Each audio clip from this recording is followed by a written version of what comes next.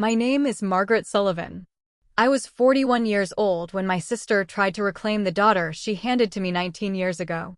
Bridget got pregnant at 17. My parents treated it like a virus that needed to be quarantined before it infected the rest of our standing in the community. They said a baby would ruin Bridget's scholarship, ruin our reputation in Boston, ruin everything they had spent decades constructing. So they looked at me. I was 22, working as a billing assistant at a dental clinic, splitting a one-bedroom walk-up in Somerville with a roommate I barely tolerated. I took the baby anyway. I raised Maeve alone. I learned to stretch a paycheck across 14 days of groceries, negotiated payment plans for pediatric specialists, and showed up to every school recital sitting solo in the third row. My sister went to college in Manhattan, joined a private finishing club, spent her winters skiing in Vermont, and never once mailed a birthday card. Then Maeve graduated from high school as valedictorian. Bridget walked into that auditorium wearing a cream silk dress on the arm of a hedge fund executive. She marched down the center aisle carrying a glossy white bakery box. The frosting inside read, "Congratulations from the mother who never stopped loving you." What my daughter did on that stage 12 minutes later made Bridget's fiancé loosen his tie and walk straight out of the building, forced my mother to bury her face inside her own program, and made 2,800 strangers rise to their feet in a roaring standing ovation. Before I tell you what happened, if you appreciate stories about quiet survival and the boundaries we build to stay alive, take a second to like and subscribe. Drop a comment and tell me what city you are listening from and what time it is there. Let me take you back 19 years to a delivery room at Beth Israel Hospital in Boston. It was just past midnight. A late October storm rattled the tall windows of the maternity ward.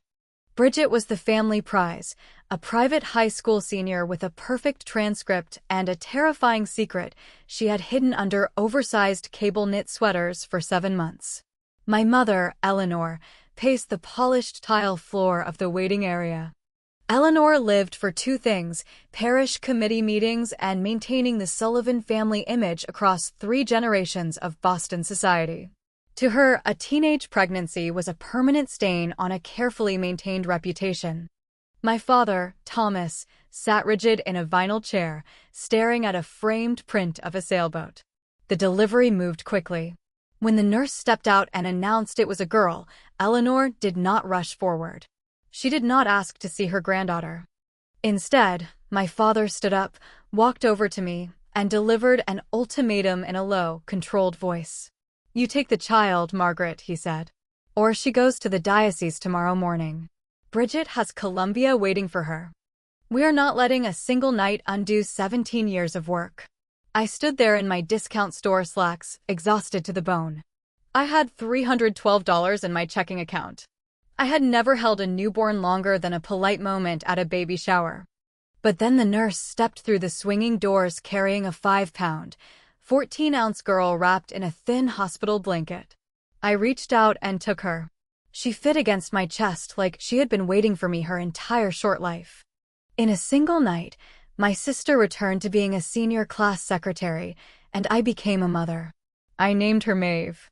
If you assume my parents offered any financial cushion after forcing me into instant motherhood, you do not understand the architecture of the Sullivan family. Eleanor and Thomas viewed transferring custody to me as the resolution of the problem. The matter was settled. The pregnancy was hidden. They returned to their gated street in Brookline and their seats on the parish council without a backward glance. I had to break my Somerville lease and scramble for an apartment that allowed infants. I ended up in a third-floor unit above a noisy laundromat in Dorchester. The dryer vents pumped warm chemical air into my bedroom 18 hours a day. The radiator clanked through every January night, fighting the New England cold with mixed results. I survived those first months on a rotation of store-brand coffee and pure adrenaline. I slept in 90-minute increments, warming bottles in a chipped saucepan because a microwave was not in the budget. My hands shook by 4 o'clock in the afternoon at the dental clinic. I learned to glue the worn heels of my office shoes back together with industrial adhesive. I wore the same 3 blouses on rotation, washing them in the bathroom sink and drying them on a rack near the radiator. I tracked every dollar in a marble composition notebook, calculating the cost per ounce of formula, terrified of any unplanned expense. While I was mapping the cheapest bus route to the pediatrician, Bridget was mapping her freshman seminar schedule. Her 2 short engagements had collapsed in swift, quiet annulments that produced very little financial benefit. The parental trust fund she had treated as a bottomless well was finally showing its lining. Bridget needed a permanent, unbreakable financial anchor, and she found one in the form of a Boston hedge fund executive named Cole. Cole represented serious money. He ran a respected private equity firm on State Street and spent his weekends at sailing regattas off Marblehead and Republican fundraisers in Wellesley. He belonged to a Boston Brahmin social world in which a man's worth was measured by his portfolio, his Harvard tie, and the flawless traditional woman seated beside him at the symphony. Cole valued legacy. He expected a partner who mirrored his rigid, pristine public image. Bridget recognized immediately that her actual resume would send a man like Cole running for the harbor. A record of cocktail party photographs, 2 failed engagements, and the cold abandonment of a newborn to attend Columbia mixers did not fit his ideal of family values. She could not hide that she had given birth. Too many people in our overlapping social orbits remembered the 7 months of oversized sweaters. If Cole ever learned that she had simply faxed her daughter to her older sister so she could pledge a finishing society, his conservative sensibilities would recoil. The diamond she so desperately wanted to wear would disappear back into a jeweler's safe. Bridget needed to rewrite her own past.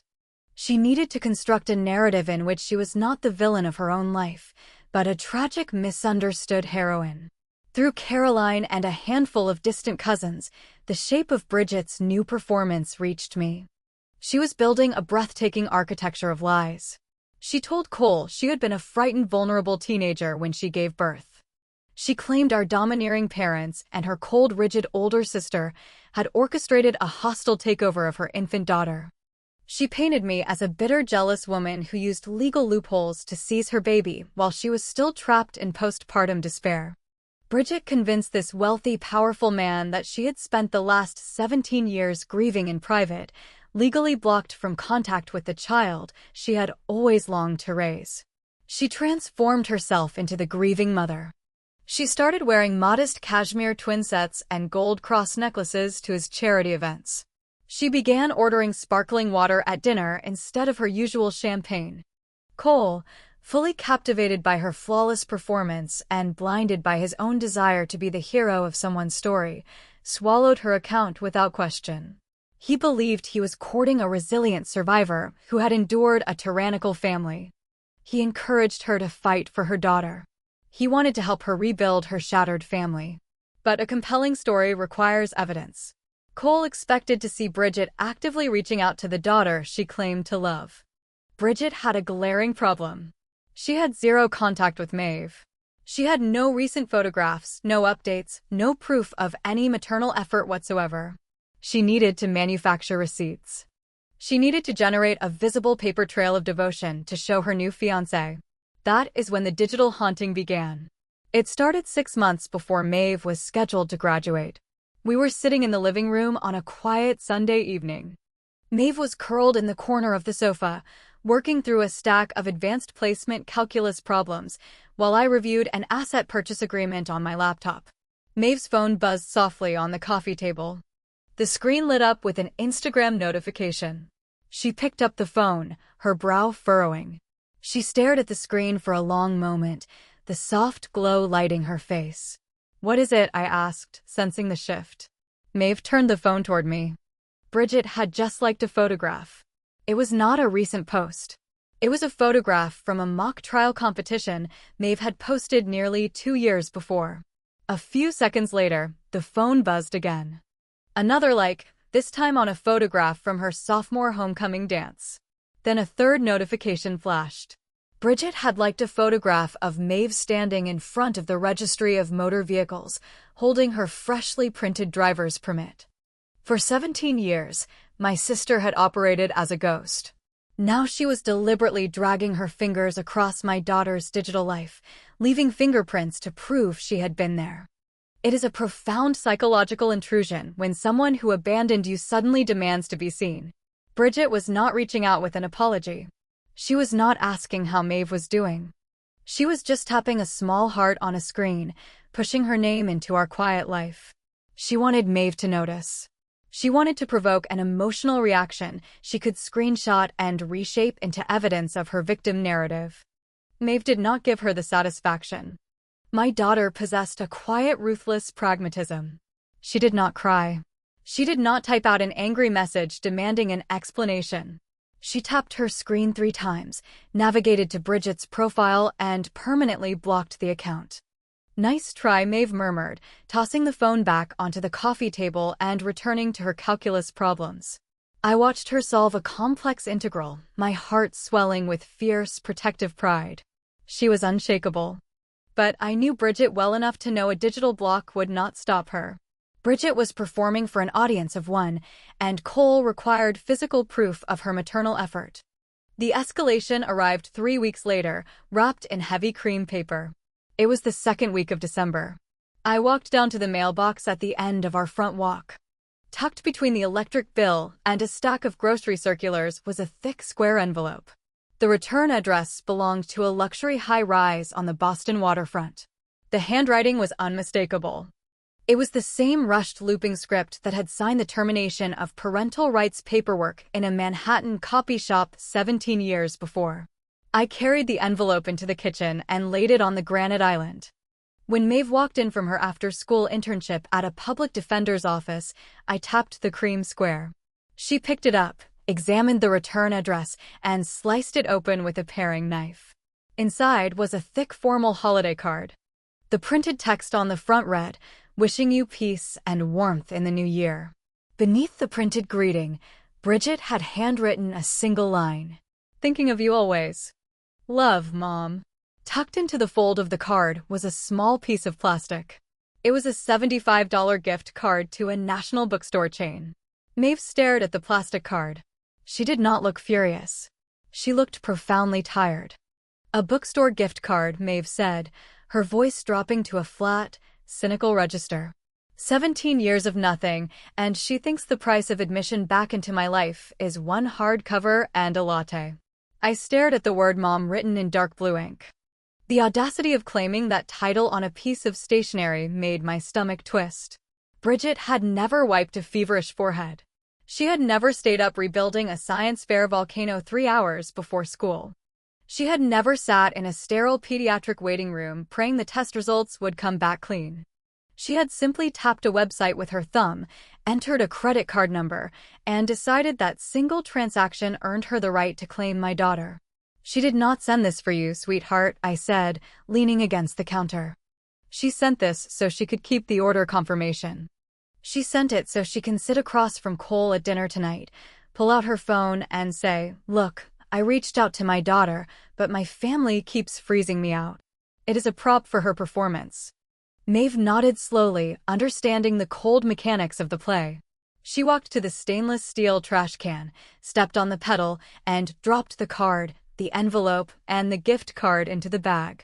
"We do not accept bribes," Maeve said, washing her hands at the kitchen sink. We thought the silence that followed the rejected gift card meant Bridget had finally given up. We assumed she would find another way to manipulate Cole, perhaps inventing a sudden illness or another family tragedy to keep his attention fixed on her. We underestimated how desperate she had become. Bridget was running out of time. Cole was beginning to push for a meeting with the daughter she claimed to love so deeply. He wanted to help facilitate the reunion. He wanted to be the hero who restored Bridget's fractured family before he placed a ring on her finger. The digital likes and the polite gift card had been only the rehearsal.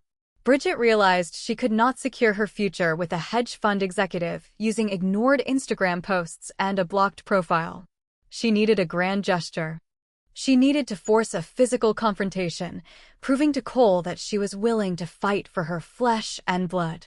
She needed to look me in the eye and demand her property back. The groundwork was set. The lies were firmly in place, and the phantom mother was about to step out of the shadows and onto my front porch with an ultimatum that would push our silent war into the glaring spring sunlight. April in Massachusetts brings a sharp, clean light that cuts across new green lawns and the first stubborn crocuses. It was a Saturday afternoon, exactly 2 months before the high school graduation ceremony. Maeve was downtown at a regional mock trial finals at the Suffolk County Courthouse. I was alone in the house, standing at the kitchen island, drafting a settlement memorandum for a Monday morning conference. The neighborhood was quiet, filled with the hum of weekend lawn mowers and distant children playing on bicycles. Then the doorbell rang. I wiped my hands on a dish towel, expecting the parcel carrier or a teenager selling fundraiser coupon books. I unlocked the deadbolt and pulled the front door open. The cool spring air rushed in, carrying the scent of fresh mulch, but it was immediately overpowered by the unmistakable scent of expensive jasmine perfume. Bridget stood on my front porch. We had not stood face to face in almost a decade. She wore a fitted ivory trench coat and oversized designer sunglasses that shielded her eyes. Resting in the crook of her arm was a leather tote bag with hardware that cost more than the down payment on my Newton house. It was a calculated display of wealth, an outfit selected to intimidate. She did not look like a sister stopping by to reconnect on a Saturday. She looked like a corporate acquisitions officer arriving to inspect a distressed property. I stood in the doorway, my hand on the brass knob.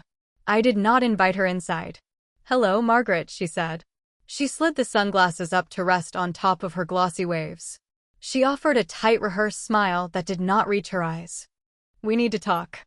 Before I could form a response, she stepped forward, using the weight of her leather tote to brush past my shoulder. She walked into the foyer, her high heels clicking against the hardwood. She was invading the home I had built, treating my entryway like a showroom she was preparing to bid on.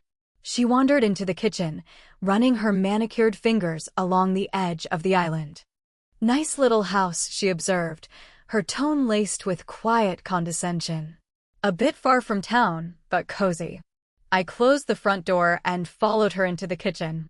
I did not offer her water. I did not invite her to sit down. I stood across the island, folding my arms. "State your business, Bridget." "I have a brief due Monday morning." She exhaled an exaggerated sigh, the kind designed to cast me as the unreasonable party. She set her heavy tote on my island. The gold hardware clinked sharply against the stone. She folded her hands in front of her, slipping into a posture I recognized instantly. It was the stance of a negotiator presenting terms. She had clearly been studying her hedge fund fiancé. "Cole and I are getting serious," she announced as if reporting breaking news. "He is a traditional man, Margaret. He values family. He values legacy. He wants a ready-made household, and he wants the engagement finalized before the end of the summer." I have told him all about Maeve.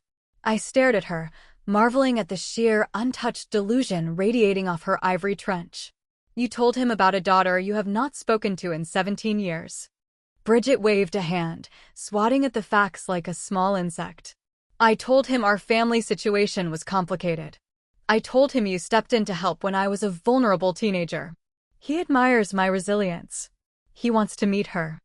In fact, he is hosting a wedding weekend at his family compound on Nantucket in July, and he wants Maeve there with us. A bonding weekend." The word bonding sounded grotesque coming from her lips. She was placing an order. She needed a teenage daughter to complete the picturesque tableau she was assembling for her wealthy Mark, and she expected me to hand over the inventory. Bridget leaned across the granite island. The jasmine perfume was suffocating. "I need you to step back, Margaret. Let me take it from here. You did a wonderful job filling in. I really mean that. You kept her healthy and educated, but Cole is offering a life you cannot provide. A house on Nantucket, a townhouse in the Back Bay, debutante connections, family money.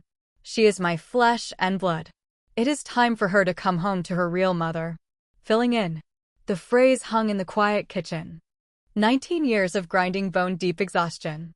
19 years of stretching paychecks, negotiating medical bills, sitting up beside a feverish bed, and crying in the shower so my daughter would not see my fear. Bridget had reduced my entire adult life to a temporary contract she could now choose not to renew. If I were a different kind of woman, I would have screamed. I would have grabbed that ridiculous leather tote and thrown it into the front yard. I would have shattered the quiet Saturday afternoon with raw rage. But I was a senior paralegal. I dealt in facts. I dealt in paper. I did not raise my voice. I did not blink. I turned away from the island and walked down the hallway. Bridget called after me, her voice rising in irritation. Margaret, do not walk away from me. We are adults. We are working through a transition. I ignored her. I walked into my bedroom, knelt at the foot of the bed, and pulled the small fireproof box from the closet shelf. I turned the small brass key. The lock clicked open softly. I lifted the lid, bypassed the birth certificate, the social security card, and the vaccination records, and reached for the file at the very bottom. It was a single sheet of paper. The thermal fax paper had yellowed slightly along the edges over 17 years, but the black ink was still crisp. The New York notary seal was clear. I stood up, holding the document, and walked back down the hallway. Bridget was still standing in the kitchen, tapping her manicured fingernails on the granite. She looked annoyed, checking her reflection in the dark screen of the wall oven. When I stepped back into the room, she opened her mouth to resume her rehearsed speech. I did not let her speak. I walked up to the island and slid the yellowed sheet of paper across the smooth stone. It glided silently and stopped right beneath the gold hardware of her bag. Bridget looked down. Her eyes scanned the bold header at the top of the page. Voluntary termination of parental rights. I watched her face fall. The confident negotiator's mask slipped, exposing the hollow, panicked reality underneath. She recognized her own looping signature at the bottom of the page. She recognized the date. "You want to talk about flesh and blood," I said, my voice dropping into a low, even register. "Let us talk about paper. You faxed her away for a finishing society mixer, Bridget." She stared at the document, her mouth opening and closing without sound. "You did not want her when she had ear infections. You did not want her when she needed glasses. You did not want her when she was crying for a mother in the middle of the night." I leaned forward, planting my hands flat on the granite. "You do not get to buy her back for a wedding weekend on Nantucket." Bridget snatched her hand back from the paper as if it had burned her. "But Cole," she stammered, her voice losing its polish. "Cole is expecting a family. If he sees this paper, if he finds out I signed this, he will call everything off. He thinks you took her from me." "That sounds like a serious miscalculation on your part," I replied. I stepped around the island, picked up the yellowed sheet, and folded it neatly. I walked to the front door and pulled it open, letting the cool April air pour back into the foyer. "Get out of my house," I said. Bridget picked up her leather tote. Her knuckles were white. She walked toward the door, her high heels dragging slightly against the floor.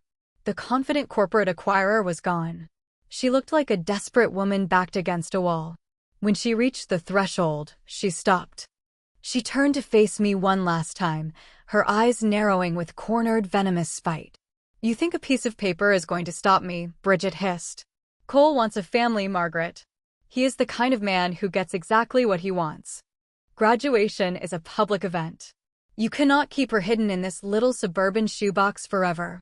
She is going to see exactly who her real mother is." She turned on her heel and marched down the front walk toward a black town car idling at the curb. I watched her climb into the back seat. I closed the front door, turned the deadbolt, and rested my forehead against the cool wood. Bridget believed she was delivering a threat. She believed she still held the element of surprise. She assumed my brilliant, observant daughter was a passive pawn waiting to be claimed in a public setting. She had no idea Maeve had been listening to her fictional version of events for months, quietly assembling a legal argument of her own. Bridget believed she was orchestrating a grand entrance at graduation, completely unaware that she was walking directly into a trap that the valedictorian herself had been designing for weeks. Bridget marched down my front walk certain of her impending victory. She believed her threat carried weight. She assumed she still held the element of surprise, picturing a graduation evening where she could sweep in, dazzle a crowd with her wealth, and pluck her long-lost daughter from the audience like a small jeweled prize.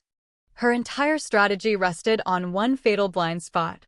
She viewed teenagers as naive, impressionable creatures, easily swayed by the promise of beach houses and family money. She did not understand that a child raised in the trenches of financial survival produces a different kind of human entirely. My daughter was not a passive pawn awaiting rescue. Maeve was a tactician. She possessed a razor-sharp intellect honed by years of watching me dissect legal briefs at the kitchen table. While Bridget spent the spring coordinating her wedding day wardrobe and feeding new lies to her hedge fund fiancé, Maeve was conquering the Newton South curriculum. Maeve did not just earn good marks. She dominated her class. She took every advanced placement course the school offered, captained the mock trial team to a state title, and spent her Saturdays interning at the public defender's office on Cambridge Street. She built an academic record that read like a young professional's portfolio. 3 weeks before Bridget appeared on my porch, the principal called my cell phone during a deposition break. He informed me that Maeve had secured the highest grade point average in a graduating class of just over 400 students. She was the valedictorian. That title came with a specific, undeniable power. It meant Maeve was not just going to walk across a stage and accept a diploma. She was going to stand at the podium. She was going to hold the microphone in her own hand. Bridget did not know this. Eleanor and Thomas did not know this. My biological family remained entirely oblivious to the crowning achievement of my daughter's school career because they never bothered to ask. They never checked the school website. They never asked about her college choices. They were too busy choreographing their own fiction to verify the simple facts. The true depth of Maeve's awareness revealed itself a few days after Bridget delivered her ultimatum. It was late on a Thursday evening, exactly 1 week before the graduation ceremony. The house was quiet. A soft spring rain tapped against the windows. I walked into my small home office to retrieve a charger I had left on the desk. The room smelled faintly of fresh paper and warm electronics. My laser printer sat on the corner of the desk, its small green light blinking gently. Resting on the output tray was a warm stack of pages. Maeve had been working through her summer reading lists and college orientation paperwork all week. I assumed she had printed a cover letter or a scholarship application. I picked up the stack to set it on her desk in the corner. My eyes caught the bold centered title at the top of the first page. It was an essay draft. The title read, "The Woman Who Chose Me." I stood in the quiet hum of my office, rooted to the floor. I did not intend to invade her privacy, but the opening sentence reached up and held me in place. I leaned against the edge of the desk and began to read. Over the course of nearly 1,200 words, my 18-year-old daughter unspooled the entire architecture of our life together. She did not write about abstract philosophies or polished platitudes. She wrote about the grounded sensory reality of our survival. She wrote about memories I had assumed she was too young to retain. She wrote about the freezing February morning I walked into a Quincy pharmacy with a negative balance to fight for her ear infection medication. She described the exact pattern of the worn rug in our Dorchester walk-up. She wrote about the Christmas morning she tore into presents wrapped in pages from a discarded fashion magazine, noting that she had not seen poverty in those pages. She had seen a woman who refused to let a holiday pass without magic. Every quiet sacrifice I believed I had hidden, she had quietly recorded. Every late-night double shift, every skipped lunch so she could have fresh fruit at school, every tear I had blinked back at a parent-teacher conference where no one else from her family ever appeared. Maeve had seen all of it. She wrote about my fierce, uncompromising effort to shield her from a bloodline that viewed her as a logistical problem. Then I reached the final paragraph. The closing sentences landed with the impact of a physical blow. Maeve had distilled the entire agonizing journey of her childhood into 2 clean lines.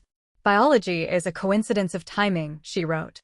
Motherhood is a choice made again and again over 19 years, often in the dark, usually without applause. The paper trembled in my hand. The professional composure I wore every day to court cracked wide open. I pressed my palm against my mouth, trying to muffle the sound, but a raw, uneven sob broke loose from my chest. I wept. I cried for the exhausted 22-year-old who had taken a newborn from a hospital nurse. I cried for the fear, the isolation, and the unrelenting pressure of 2 decades of sole responsibility. Most of all, I cried because the child I had given my life to protect had turned around and given me back to myself. I did not hear her soft footsteps on the hallway carpet. Maeve paused in the doorway. I looked up through blurred vision. She stood there in an oversized sweatshirt and flannel pants, holding a mug of chamomile tea. She looked at my face, then at the printed pages in my hand. She did not look embarrassed or annoyed that I was reading her work. A small knowing smile lifted the corners of her mouth. She set her tea down on the bookshelf by the door. She crossed the room, wrapped her arms around my shoulders, and pulled me into a tight, steady embrace. She rested her chin on top of my head, holding me together as I cried into the collar of her sweatshirt. We stood that way for a long time, with only the quiet hum of the printer to mark the time. I pulled back, wiping my face with the back of my hand. Maeve, this essay, it is extraordinary. I had no idea you remembered the magazine wrapping paper. I remember everything, Mom, she said, her voice soft and warm. I remember exactly who showed up. And I remember exactly who stayed away. She reached out and brushed a tear from my cheek. Her gray-green eyes hardened, shifting from deep affection into a cold, focused resolve. The young litigator had returned to her post. Bridget thinks she is going to walk into my graduation and run the room, Maeve said quietly. She thinks she can parade her fiancé in front of the auditorium and claim credit for the finish line. Maeve picked up the printed essay, tapped the edges against the desk to align the pages, and looked me directly in the eye. Just wait until you hear my speech, Mom. I have got this. A small chill ran down my spine. I understood in that exact moment that my sister was walking into an ambush of her own making. Bridget had spent months building a fragile web of lies for her hedge fund mark. She had laid the groundwork for a tragic public reunion. She had ordered her wardrobe and planned her dramatic entrance. But she had failed to account for the fact that the girl she had abandoned was now the sharpest mind in any room she entered. I had no idea what kind of bomb my 18-year-old was about to detonate on the Sullivan family. But I knew I was going to have a perfect view from the bleachers when it landed. The morning of the ceremony arrived with a soft, warm breeze and a frantic early phone call from my mother that confirmed exactly how committed they remained to their fiction. High school graduation in Newton, Massachusetts, is not a small civic event. It is a sprawling competitive showcase of academic achievement, family pride, and quiet social positioning. By 7 o'clock in the morning, the late May sky over Newton was a soft, clear blue, the kind of New England day that almost feels staged. The air was warm but light, carrying the scent of cut grass and the faint sweetness of early roses. Inside our quiet kitchen, the coffee maker hissed through its last drips while I leaned against the counter, watching my 18-year-old daughter prepare for her coronation. Maeve stood near the dining table, smoothing the fabric of her deep maroon graduation gown with a handheld steamer. She moved with practiced, unhurried grace. She did not exhibit the bouncing nervousness typical of teenagers facing a major transition. She was focused. She wore a simple white sundress beneath the gown, her dark hair pinned back in a low knot to keep her cool during the long indoor ceremony. I admired the steady, self-contained young woman in front of me, knowing perfectly well what kind of storm was rolling toward us. At exactly 7:55, the morning quiet snapped. My cell phone vibrated against the granite island, the sharp buzz echoing off the tile backsplash. The caller ID displayed my mother's name. Eleanor rarely called before noon unless she was issuing a directive or correcting a perceived offense. I considered sending the call to voicemail, preserving our peaceful morning and our focus. But a long-trained instinct, a need to know exactly what the opposition planned, prompted me to swipe across the screen. I tapped the speaker icon, letting the audio fill the kitchen. "Margaret," Eleanor began. Her voice carried the practiced sweetness she used at parish luncheons when she planned to gut someone with a smile. "I am calling to confirm the arrangements for this morning. Bridget is bringing Cole today. They are driving over from his place on the harbor, so they will be arriving at the auditorium directly. I need to make sure we are all coordinated." I leaned against the counter, offering no verbal response. Eleanor never required actual conversation. She required compliance. "Please do not embarrass us today," my mother continued, her voice dropping its sugar and hardening into a sharp instruction. "Cole is a serious traditional man. He expects to see a unified family. Bridget has secured seats in the front section near the stage. She has arranged for a professional photographer to document the morning, and she is bringing a beautiful custom cake for the post-ceremony reception photographs. Listening to her dictate the choreography, I felt a wave of cold familiar déjà vu. Decades earlier, Eleanor had managed Bridget's high school speech tournaments with this same surgical precision. She would assign seating, coordinate matching family outfits, and instruct the photographer where to stand to capture only flattering angles of her chosen daughter. Now, she was attempting to stage manage my daughter's academic triumph, treating Maeve's valedictorian speech as a convenient backdrop for Bridget's high-stakes engagement narrative. My mother viewed Maeve not as a graduating scholar, but as a critical prop in a State Street financial merger. "Let your sister have her moment with her daughter, Margaret," Eleanor commanded, the brazenness of her words filling my kitchen. "You did your part filling in. It is time to step aside and let Bridget present her restored family to her future husband. I expect you to sit politely in the back and smile for the photographs. Are we clear?" I looked across the kitchen island. Maeve had stopped moving the steamer. The soft hiss of hot vapor filled the silence, a physical embodiment of the tension in the room. She stood perfectly still, listening to the woman who had ignored her existence for 19 years, demand the lead role at her own graduation. I braced myself, expecting Maeve to flush with anger, set the steamer down sharply, or insist that I defend our honor. Instead, Maeve turned her head and looked directly at me, the corners of her mouth lifting. It was a small, terrifying, brilliant smile. It was the exact expression I had seen on senior partners' faces when opposing counsel walked blindly into a trap that had been weeks in the making. My daughter possessed the emotional discipline of a veteran trial attorney. She did not raise her voice. She did not argue with the disembodied voice coming through the speaker. Maeve leaned forward toward the phone on the island. "Tell Grandma," Maeve said, her voice bright, even and quietly dangerous. "We are very much looking forward to the cake." I tapped the red button on the screen, ending the call before Eleanor could process the calm confidence radiating from her granddaughter's voice. The line went dead. We stood in the kitchen, the heavy weight of the approaching ceremony settling between us. We did not dissect the call. We did not rehearse a counterattack or share our outrage. The strategy was already finalized, printed on a stack of folded pages tucked inside Maeve's gown. I rinsed my coffee mug and slid it into the dishwasher. Maeve unplugged the steamer, draped her maroon gown carefully over her arm, and picked up the small velvet box holding her valedictorian medal. We walked out the front door, locking the deadbolt behind us. The mild morning air greeted us with a soft, warm breeze, almost too gentle for what was coming. We climbed into my sedan. I turned the key and adjusted the air vents.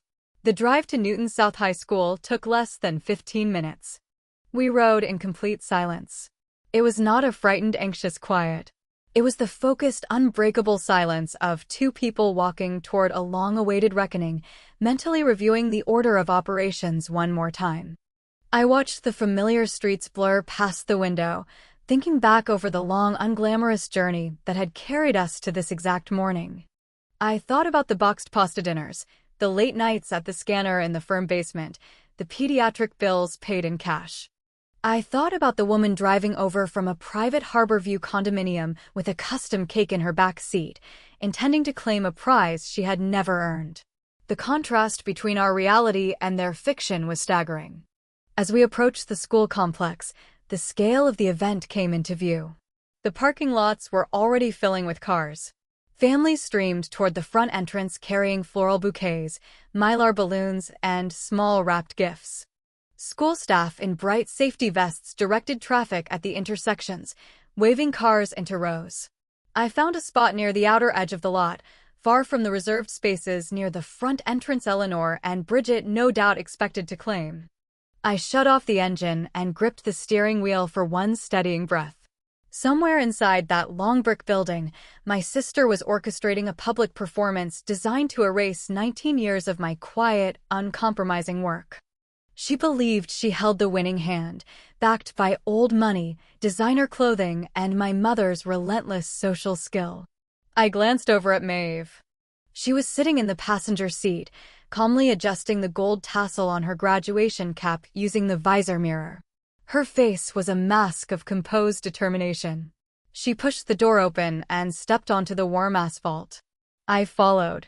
We locked the car and joined the river of families moving toward the auditorium, ready to walk into the room and begin dismantling the Sullivan family illusion piece by piece. The auditorium at Newton South was a long modern hall with raked seating for nearly 3,000. It smelled faintly of fresh paint and warm wood polish. The house lights were turned low, casting a soft amber glow across rows of folding chairs reserved for the graduates at the front and tiered seating climbing toward the back for families. Navigating to my assigned section required dodging proud grandparents, sleeping toddlers, and clusters of parents staking out optimal sight lines.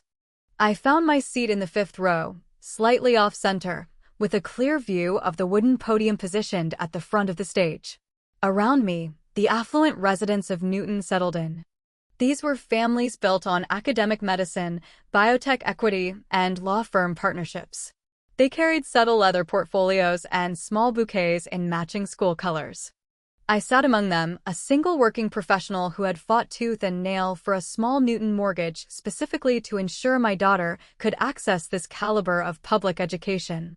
15 minutes remained before the procession was scheduled to begin. The auditorium speakers played a soft instrumental playlist designed to build anticipation.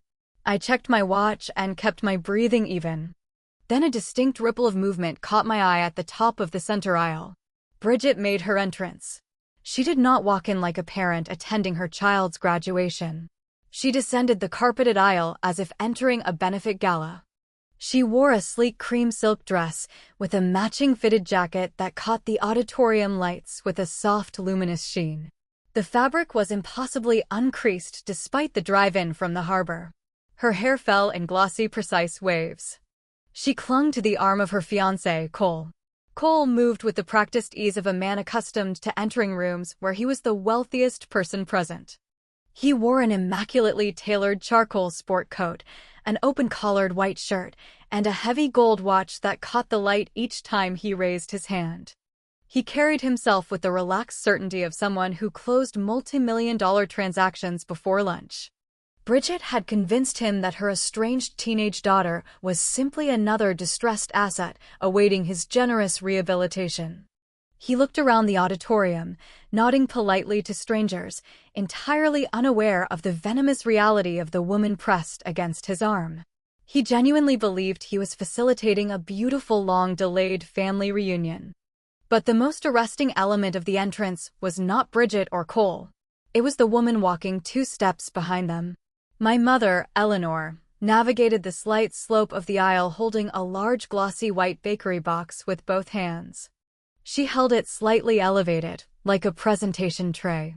She wore a pale lavender suit with a small enamel cross pinned to her lapel and a strained, dignified smile. The lid of the box was propped slightly open, deliberately revealing the contents to every single person they passed. It was a calculated, tasteful display, far more refined than a sheet cake at a backyard party. The cake inside was a tiered, elegant ivory creation with delicate gold lettering. The words across the top read, in precise calligraphy script, "Congratulations from the mother who never stopped loving you." Bridget slowed her pace, intentionally bottlenecking the aisle.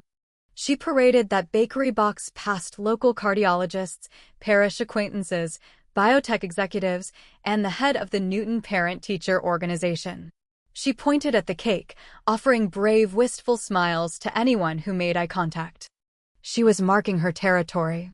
She was broadcasting a narrative to our entire town, ensuring the gossip would spin a story of a devoted mother battling to reclaim her stolen child.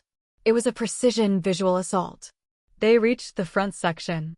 Bridget had clearly used her social standing to claim premium reserved seats directly across the center aisle from the empty chair where the valedictorian's family was supposed to sit. A small velvet placard at the end of the row read, "Sullivan Family Reserved." She slid into the center seat, pulled Cole down beside her, and patted the chair to her left for my mother. Eleanor placed the bakery box on the empty seat beside her, guarding the gold lettering like a priceless heirloom.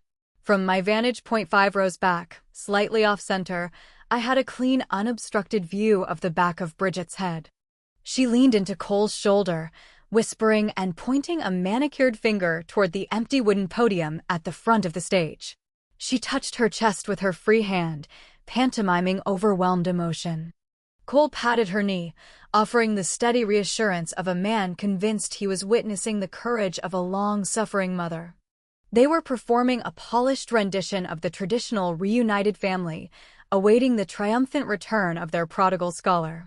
I did not lean forward to tap Bridget on the shoulder. I did not throw a folded program across the aisle. I did not raise my voice to contest the elegant lie sitting just feet from her seat. I sat perfectly still. I folded my hands in my lap and felt the smooth strap of my purse against my palm. The people seated in my row cast curious glances between the front of the auditorium and my measured posture. They recognized the family resemblance between Bridget and me. They read the gold lettering. They sensed the deep unspoken pressure radiating from our quadrant of the hall. I offered them nothing. I kept my chin level and my gaze fixed on the empty stage. I knew any visible reaction from me would feed Bridget's victim narrative. She wanted me to snap. She needed me to act like the bitter, jealous sister to validate every lie she had whispered to Cole over the past 6 months. My quiet observation allowed me to study the structure of her trap. Bridget was relying on the weight of public expectation. She banked on the certainty that neither Maeve nor I would risk causing a humiliating scene in front of nearly 3,000 witnesses. She expected us to lower our heads, accept the cake, and pose for the photographs to preserve the polite veneer of the morning.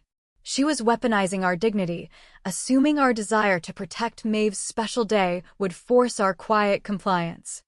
A sudden shift in the air broke my focus. The soft background music faded. The auditorium lights dimmed slightly over the seating section and brightened over the stage. The principal stepped forward to a microphone at stage left, tapping it gently to confirm the connection. The graduating class was preparing to enter. Bridget glanced at the slim gold watch on her wrist. She uncrossed her legs and rose from her seat, smoothing the front of her silk skirt.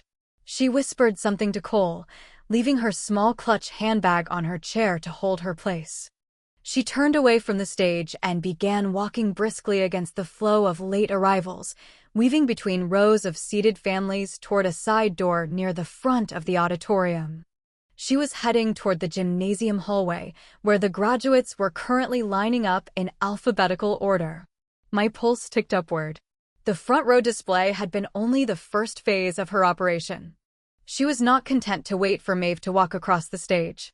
Bridget was moving to intercept her, launching a direct, unavoidable physical confrontation in the staging hallway before the ceremony even officially began. The orchestra began the first slow notes of the traditional graduation march. For the families in the auditorium, the music signaled a moment of deep pride and quiet, emotional release. They lifted phones and adjusted small floral bouquets in their laps. For me, sitting 5 rows back with my hands folded in my lap, the music sounded like a starting gun. Down at the front, Bridget did not wait for the procession to begin. I watched her step through the side door labeled staff and graduates only, leaving Cole sitting beside Eleanor and the carefully presented bakery box. She moved with deliberate, striking purpose. She was not heading toward the restrooms or the water fountain. She was making for the long backstage hallway where almost 400 students in maroon gowns were lining up in alphabetical order. The staging area was supervised by 2 faculty members and a uniformed school resource officer. They were tasked with keeping anxious relatives out so the ceremony could begin on time. Bridget did not slow her pace. She approached the officer, squared her shoulders, and leaned in slightly. Though the rising swell of the orchestra masked her exact words, her body language was unmistakable. She straightened her cream silk jacket and produced a soft, confident smile. She gestured toward the front of the line, then touched her chest. She was weaponizing her appearance, using the perfect cut of her dress and the weight of her engagement ring to intimidate a school employee on a Saturday morning shift. The officer hesitated, glanced at one of the teachers, and shifted his weight. Bridget leaned closer, pointing toward the stage with a look of frantic maternal urgency. I knew the exact phrase she used to bypass the checkpoint. I am the valedictorian's mother. The officer relented, stepping aside to let her pass into the restricted area. She did not enter alone. A man in a black-colored shirt carrying a professional camera with a large lens followed her. Bridget had not merely brought a wealthy fiancé and a custom cake to the ceremony. She had hired a freelance photographer to document her fictional reunion, ensuring she would have high-resolution proof of her devotion to display for Cole that evening over dinner. The graduating class looked nearly identical in their flowing maroon academic regalia, but Maeve was easy to find. As valedictorian, she had earned the right to lead her peers into the auditorium. She stood at the very front of the procession line, adjusting the gold honor cords draped around her neck, exchanging quiet words with the salutatorian. She looked composed, focused, and entirely ready to claim her diploma. Bridget struck like a trained predator. She did not offer a hesitant greeting. She did not tap Maeve on the shoulder to announce her presence. She approached from the blind side and threw both arms around my daughter's shoulders in a sudden enveloping embrace. From my position in the auditorium, I could not see the staging hallway.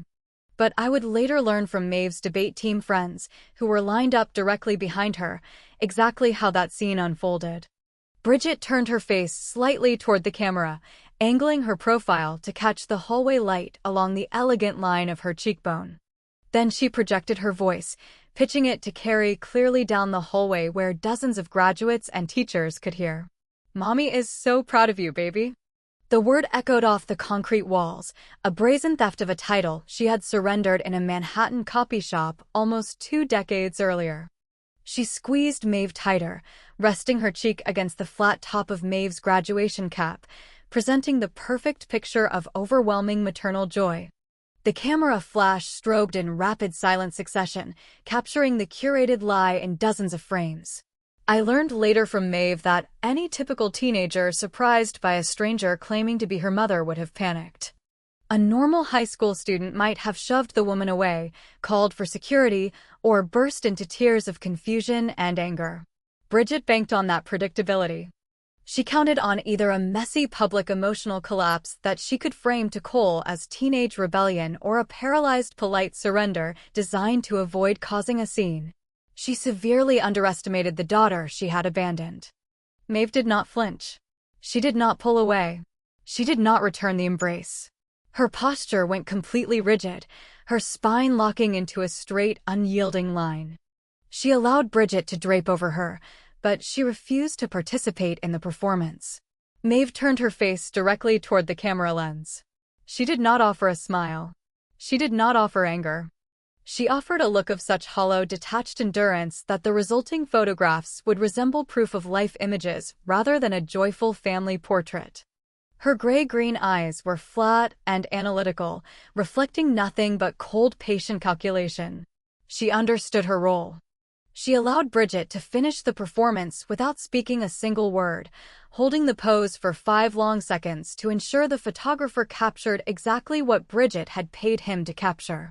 Bridget finally released her grip, satisfied with her harvest. She patted Maeve's cheek in a condescending public gesture. "I will see you right after, darling," Bridget said, loudly enough for the surrounding students to hear.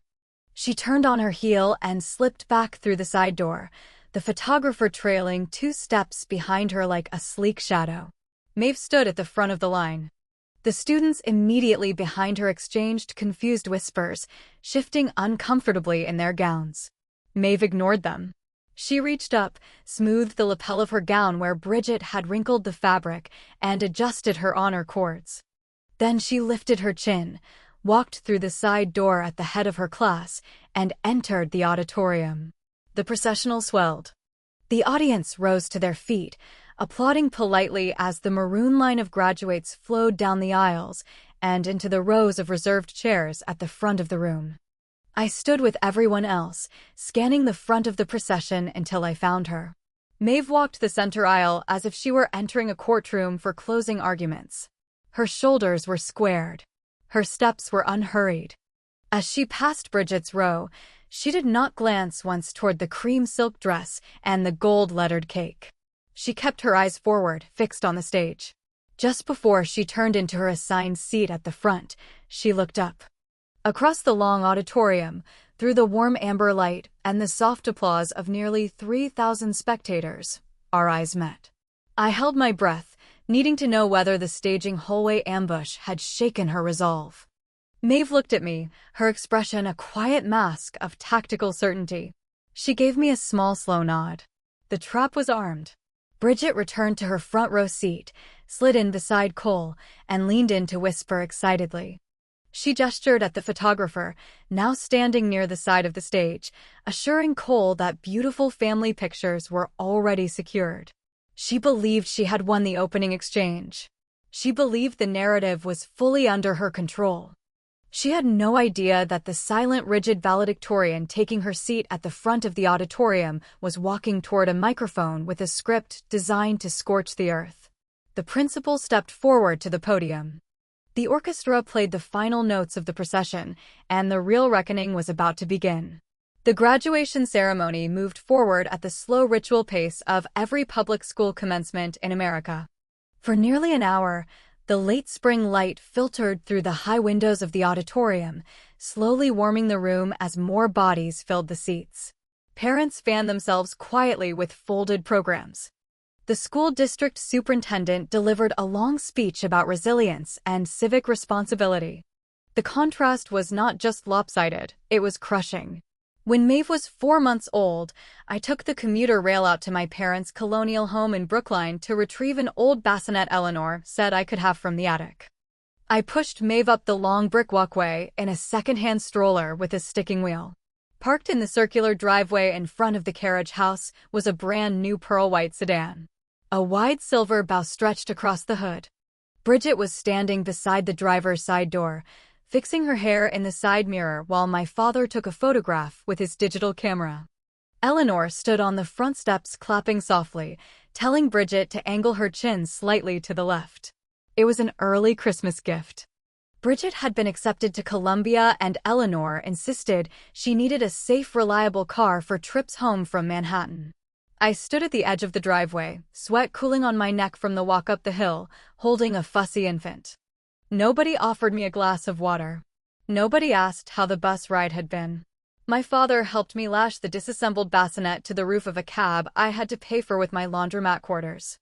Bridget tapped the horn of her new sedan as the cab pulled away. When Maeve was 10 months old, Bridget loaded that pearl-white sedan and drove south to Manhattan. She enrolled at Columbia, immediately pledged a selective co-ed finishing society, and started posting photographs from rooftop bars and weekend trips to the Hamptons. Her social media filled with images of brunch tables crowded with mimosas, of formal galas in midtown ballrooms, of friends in matching cashmere sweaters at football games against Yale. She was living an Ivy League fantasy underwritten by my parents. I was living a fluorescent-lit reality underwritten by a dental billing salary. I dropped Maeve at a basement daycare run by a Haitian grandmother who smelled of cocoa butter and warm rice, then sprinted 3 blocks to catch the red line into the city. The crisis came during a brutal February cold snap. Maeve developed a barking cough that turned wet and rattling overnight. Her tiny chest pulled in sharp under her pajamas with each breath. I wrapped her in 2 blankets and walked her to the nearest urgent care on the corner. The waiting room smelled of antiseptic and damp wool coats. When I reached the intake desk, the receptionist slid a clipboard across the counter. She glanced up over her glasses and asked for my insurance information and proof of legal guardianship. My pulse spiked. I explained I was the aunt, but I had been the sole caregiver since the night she was born. The receptionist pursed her lips, explaining that without legal documentation or signed medical consent from the biological mother on file, the doctor on call could only stabilize her and refer us to a hospital. She could not authorize the specific bronchodilator treatment Maeve needed without parental authorization. I stood in that brightly lit lobby holding a wheezing 7-month-old, hit with a terrifying realization. I was doing every part of the work, but in the eyes of the state of Massachusetts, I had no relationship to the child in my arms. My sister, alone in a dorm room on the Upper West Side, held all the legal power over this baby's care. I made a vow that night to take that power away from her permanently. The next morning, I walked into the office of the senior partner at the law firm that handled the dental clinic's contracts. Attorney Riley was a stern, white-haired man who charged $400 an hour, but he had noticed me organizing his correspondence files on my lunch breaks. I laid out my situation. I did not cry. I did not ask for charity. I asked for the paperwork to legally protect my niece. He drafted the documents pro bono within 5 business days. The header on the heavy ivory paper read, "Voluntary termination of parental rights and consent to guardianship." It was a dense, ironclad legal instrument that severed all biological claims and granted me full uncontested legal guardianship under Massachusetts statute. I called Bridget on a Wednesday evening. I could hear laughter and dance music in the background. She was breathless, calling out to someone named Margot before she focused on my voice. I explained the paperwork to her. I told her it was necessary for insurance enrollment, school registration, and emergency medical care. I prepared myself for resistance. I thought hearing the words terminate and sever might stir some buried instinct. I thought she might want to think it over. She did not pause. She sounded mildly annoyed that the call was running long. She told me she was getting ready for a charity mixer at the plaza and could not possibly fly back to Boston for a notary appointment. I told her she just needed to sign the documents in front of a notary in Manhattan. The school committee chair followed with prepared remarks praising standardized test scores and the value of public investment in education. It was a parade of polished platitudes, the kind of speeches forgotten the moment the speaker stepped away from the microphone. Throughout this procession, the occupants of the front section near the center aisle put on a parallel performance. I watched the back of Bridget's cream silk jacket. She could not sit still. Every time a speaker mentioned the word family, or sacrifice, or commitment, Bridget would lean heavily against Cole's shoulder. She would reach up beneath her dark lashes and press a fingertip carefully under her eye, pantomiming the gentle removal of a tear without disturbing her makeup. Cole would respond by sliding his arm around her waist, offering the steady protective comfort of a man certain he was supporting a wounded mother. Eleanor sat beside her, hands resting on the bakery box, leaning over occasionally to whisper to Cole. From her body language, I assumed she was feeding him fabricated anecdotes about Bridget's high school years or praising her courage in pursuing this reunion. They were building an alternate history in real time, inches from a man who was about to write a very different ending to the story than the one they had rehearsed. They were so consumed with their own performance, so confident in their own choreography, they failed to notice the storm gathering at the front of the auditorium. Finally, the principal returned to the podium. He adjusted his glasses and leaned toward the microphone. The restless audience quieted, sensing the shift in the program. We had reached the central moment of the ceremony. It is now my distinct honor to introduce the student who exemplifies the very best of Newton South. The principal announced, his voice rolling clearly through the auditorium speakers. This young woman is a state mock trial champion, a 4-time honor roll recipient, a tireless volunteer at the Suffolk County Public Defender's Office, and the highest academic achiever in a class of more than 400 outstanding students. Please welcome your valedictorian, Maeve Sullivan. The auditorium erupted. The sound was thunderous, the kind of full-throated applause that only comes from a community that knows the student personally. Students in the maroon section rose to their feet, cheering for the girl who had tutored them through honors physics and helped them rehearse college essays in the school library. I remained in my seat, my hands clasped tightly in my lap, my chest tight with a pride so deep it bordered on pain. Down in the front section, Bridget launched into the climax of her act. She sprang to her feet before the applause even reached its peak. She clapped her hands above her head, ensuring the gesture was visible to the surrounding rows. She turned slightly, offering her profile to the hired photographer kneeling near the side of the stage. She gripped Cole's hand and pulled him to his feet beside her. She nodded to the people nearby, her bright, glossy smile broadcasting one undeniable message. That is my daughter. She wanted every parish acquaintance, every dental colleague of mine, every Newton parent in that auditorium to witness her triumphant maternal joy. On the stage, Maeve rose from her chair in the front row of the maroon section. She did not rush. She moved with the deliberate measured pace of an experienced litigator walking toward a jury box. The soft amber light caught the hem of her gown as she climbed the short staircase to the stage. The heavy gold honor cords draped across her shoulders caught the light like polished armor. She reached the center of the platform and stopped behind the wooden podium. She reached out and adjusted the microphone, bending the flexible metal stem downward to meet her height. The applause began to taper, the crowd settling back into their seats, anticipating a graceful, inspiring speech about reaching for new horizons and embracing the future. Maeve reached into the wide sleeve of her gown. She withdrew a neatly folded stack of paper. It was the school-approved draft, the exact speech she had submitted to the faculty advisor 2 weeks earlier. The pages were covered in safe, expected rhetoric. She unfolded the document and placed it flat on the slanted surface of the podium. Bridget was still standing in the front row. She was the only person in the front section who remained on her feet.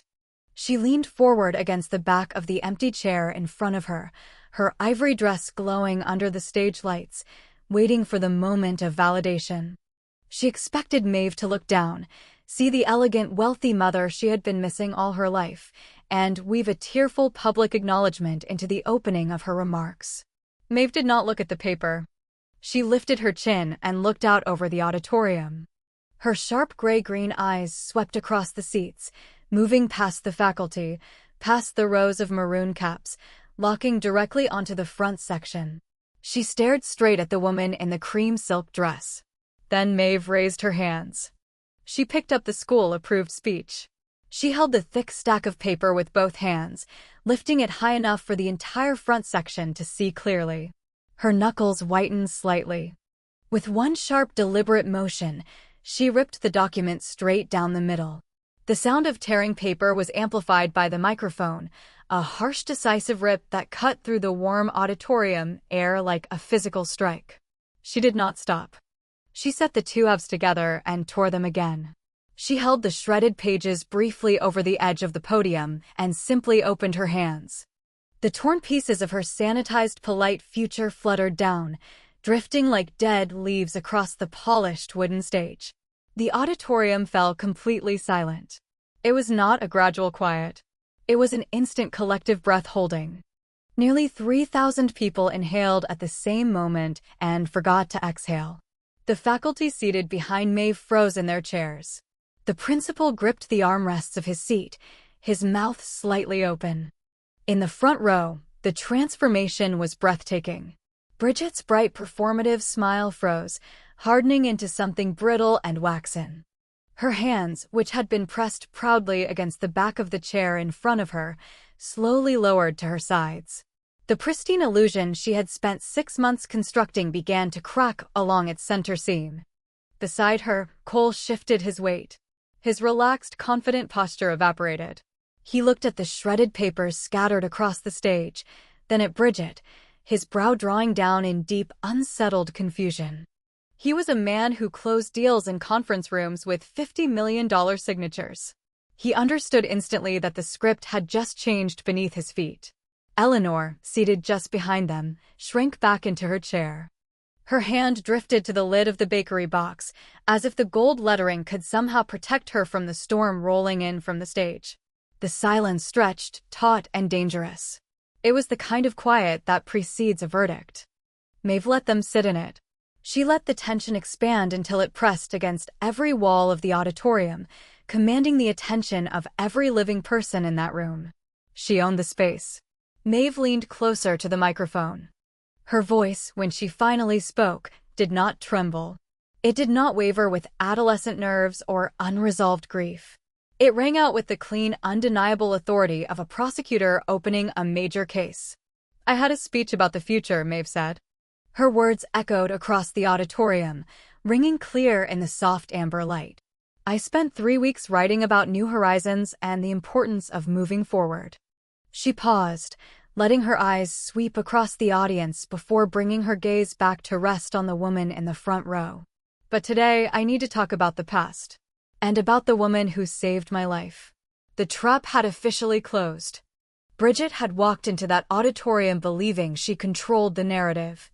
Convinced that a public setting would force our quiet compliance, she had failed to recognize that a public setting was exactly what my daughter needed. Maeve was not going to hide the ugly, toxic history of our family behind closed doors. She was going to drag it into the warm light of a May morning, using the very audience Bridget had cultivated to dismantle her lies sentence by sentence.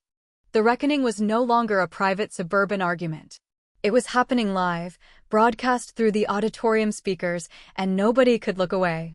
The torn pieces of the school-approved speech settled onto the polished wooden stage, and the auditorium held its collective breath. Maeve did not adjust her cap. She did not clear her throat or show a single sign of hesitation. She leaned into the microphone, gripping the edges of the podium with steady hands. 19 years ago, Maeve began. Her voice carried through the auditorium speakers with a crisp, commanding cadence that demanded total attention. A 17-year-old girl gave birth to me in a hospital in Boston. She decided I would interfere with her social life and her acceptance to Columbia, and she abandoned me to attend rooftop parties in Manhattan. The reaction was immediate and visceral. A sharp collective intake of breath rippled through the rows of nearly 3,000 spectators. It started near the front and rolled upward through the tiered seating like a physical wave. Parents lowered their phones. Faculty members seated behind the podium exchanged wide-eyed, alarmed glances. The principal gripped his program, frozen by the sudden departure from the printed schedule. In the front section, the effect was devastating. The pristine, confident mask Bridget had worn all morning shattered into pieces beyond repair. I watched the color drain entirely from her face, leaving her complexion an ashen pale beneath the warm stage lights. The blinding ivory silk dress, which had been her halo of triumph, suddenly transformed into a glaring beacon of guilt. She sat frozen, her jaw slack, unable to process the reality that her carefully scripted public narrative was being publicly executed on a school stage. Beside her, Cole reacted with the controlled instincts of a senior executive watching a deal fall apart in real time. He was a man who had built his career on thorough background checks and honest disclosures. Within seconds, the cognitive dissonance between the tragic mother he had believed he was marrying and the simple factual history being broadcast through the room reconciled in his mind. Cole stiffened. His posture went rigid. He did not raise his voice or make a public scene, but his physical withdrawal was instant and devastating. He pulled his arm out from behind Bridget's back. He unlinked his hand from hers and leaned away, creating a clear, deliberate gap of empty space between them on the chair. He turned his head slightly, looking at the woman he had brought to his fiancé's daughter's graduation, as if she were a stranger who had just attempted to sell him counterfeit securities. Maeve did not pause to let them recover. She controlled the rhythm of the moment, pressing forward with surgical precision. For 19 years, Maeve continued, her voice echoing off the high ceiling. My biological mother never mailed a birthday card. She never attended a parent-teacher conference. She never paid a single medical bill.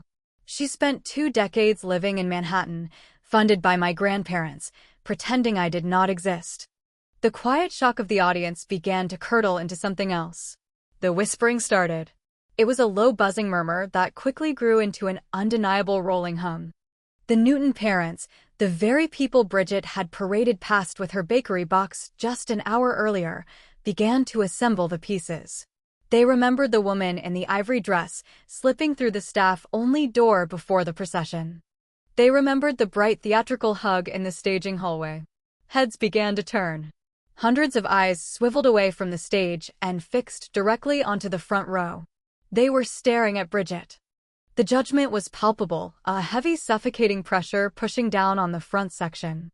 Maeve raised one hand and pointed a steady finger directly at the seats near the center aisle. But today, Maeve said, her tone carrying a cold, unforgiving clarity. She is sitting in the front row beside a man she has lied to for 6 months, holding a custom bakery cake she ordered to convince him she raised me. The surgical strike landed with perfect accuracy. Maeve had brought the physical evidence into her testimony. She had directed the attention of every spectator to the elegant bakery box resting on the empty chair beside Eleanor. Behind Bridget, my mother began to unravel.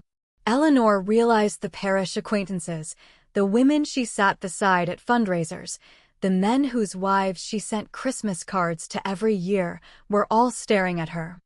The cake, which had been intended as the crowning prop of their social victory, had transformed into a glaring monument to their deceit.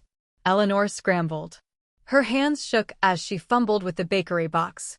She tried to push it down between her seat and the empty one beside her, attempting to hide the gold lettering from view. The lid shifted slightly and the corner of the box bumped against the back of the chair in front of her, jostling the elegant tiered cake inside. The pristine ivory frosting on the top edge smudged against the cardboard, smearing the precise calligraphy. Eleanor froze, realizing that any further attempt to conceal the cake would only draw more attention to it. Bridget hunched forward, her hands flying up to cover her face. She was trapped. She could not flee the auditorium without confirming her guilt to the entire town of Newton, and she could not remain in her seat without enduring the scorching judgment of every eye in the room. The hedge fund executive beside her stared straight ahead, his jaw locked, his expression carved out of cold, contained disgust. Maeve let the humiliation settle.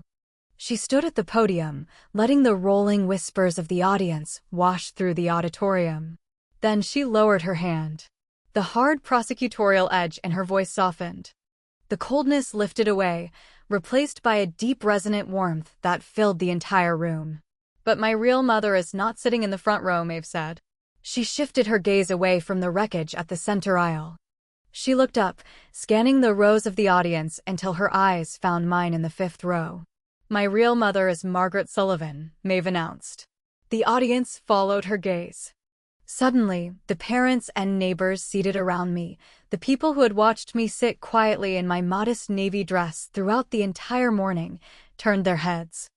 The attention of the auditorium shifted away from the front section and settled on my row. She is the woman who, at 22 years old, dropped every plan she had for her own life to take me home from the hospital, Maeve continued, her voice trembling slightly with genuine, unfiltered emotion.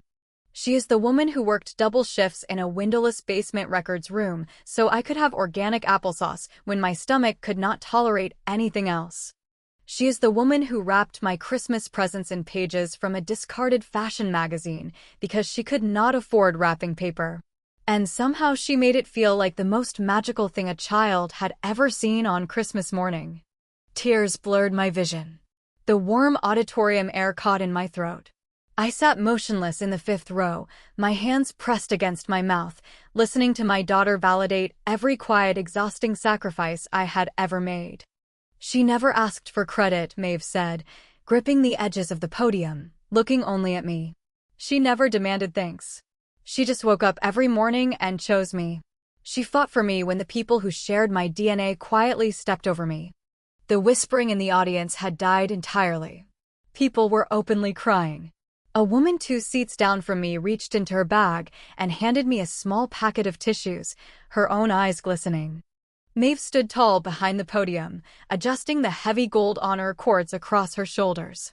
She delivered her closing line with quiet, absolute finality. "Margaret Sullivan is my mother," Maeve declared to the room. "The rest is just biology." She stepped back from the microphone. She did not wait for the principal to dismiss her. She did not wait for the faculty to come forward to shake her hand. She turned, her maroon gown sweeping across the wooden stage, and walked down the short staircase back to her seat among her classmates. For a fraction of a second, the auditorium hung in a stunned, suspended silence. The full weight of what had just occurred filled the room. The chosen child of the Sullivan family had been publicly dismantled by her own biological daughter. The enabling grandmother had been exposed in front of her own social circle. And the quiet sister who had spent 19 years invisible had been crowned by the brightest mind in the room before an audience of nearly 3,000 witnesses. The tension stretched tight, building for one heartbeat, then another, before finally breaking into a chaotic, unprecedented response that would force the hedge fund executive to make a public exit no Boston society page would soon forget.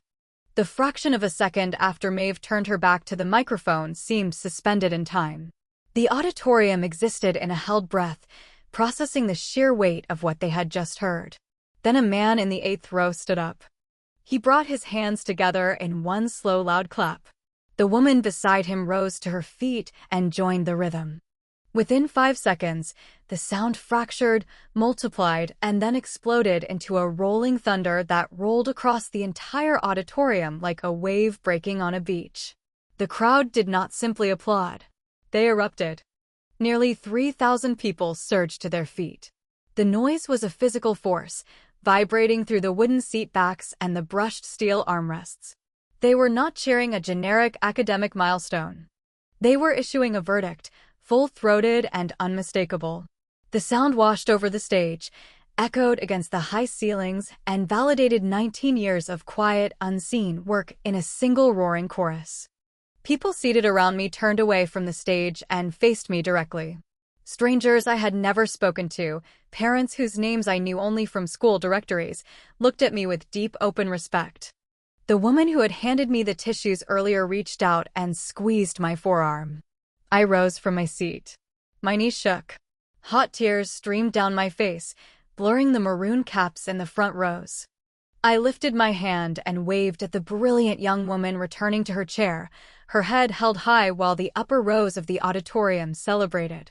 Down at the center aisle, total devastation unfolded.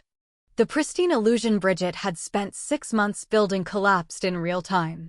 The standing ovation served as an inescapable spotlight, illuminating every line of her deceit. She remained slumped in her front row chair, her hands still pressed against her face, unable to hide the pale, stricken expression spreading across her features. She reached out, her manicured fingers trembling, trying to find Cole's hand on the armrest. She needed an anchor. She needed her hedge fund fiancé to shield her from the judgment radiating from every direction. Cole did not offer his hand. He recoiled. He withdrew his arm from the shared armrest with a small involuntary flinch, as if her cream silk dress had suddenly become flammable. Cole was a man who navigated the demanding world of Boston private equity. He had built his career on detailed due diligence, transparent disclosures, and ironclad contracts. He despised fraud. He had spent the last 6 months believing he was courting a tragic heroine, a woman victimized by a cruel older sister and forced to surrender her infant under duress. He had purchased flights, hosted weekend dinners, and entertained the idea of a blended family on Nantucket based entirely on a fabrication. The cognitive dissonance cleared from his eyes, replaced by a cold, sharpening clarity. He realized he was the mark in a long, elaborate confidence game. Cole rose to his feet. He did not rush. He moved with the unhurried precision of a chief executive preparing to terminate a contract for breach. He buttoned the center button of his charcoal sport coat, a small subtle gesture that signaled the formal end of their association. He looked down at the woman shrinking in the chair beside him. Bridget looked up, her lips parting in a desperate silent appeal. She tried to summon a defense, an excuse, anything that might mitigate the damage. But the steady roar of the audience drowned out anything she might have whispered. Cole did not need to hear her explanations. He leaned slightly toward her, placing one hand on the back of the empty chair beside him, bringing his face level with hers. He did not shout. He did not need to. He pitched his voice low and cutting, just loud enough for the Newton parents in the surrounding rows to hear every word. "You told me they took her from you," Cole said. His voice sliced through the ambient noise. "You sat in my dining room and cried about how your family had stolen your baby." Bridget shook her head wildly, reaching for his wrist. "Cole, please, let me explain," she begged, her elegant exterior collapsing into something small and pleading. "She is angry. She is lying. She wants to embarrass me." Cole pulled his wrist back, just out of her reach.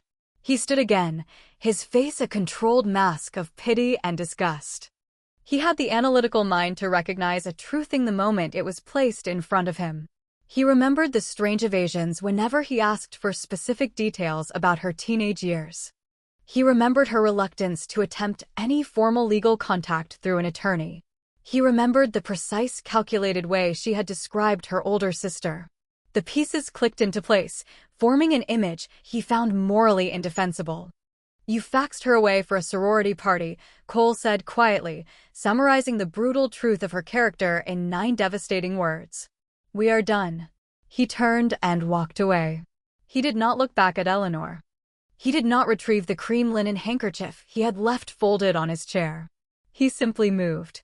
He stepped past the elegant cake on the chair beside him, walked to the end of the row, and started up the center aisle, his strides long and decisive. He was a man cutting his losses, executing a swift surgical exit from a fundamentally flawed investment. Bridget understood that her entire future, the diamond, the Nantucket compound, the Back Bay townhouse, the State Street fundraisers, was walking up the aisle away from her. Panic overrode her last shred of self-preservation. She abandoned her expensive clutch handbag on the chair. "Cole, wait," she cried, her voice cracking into something shrill and humiliating. She scrambled out of the row of seats, her high heels catching on the lip of the carpeted aisle.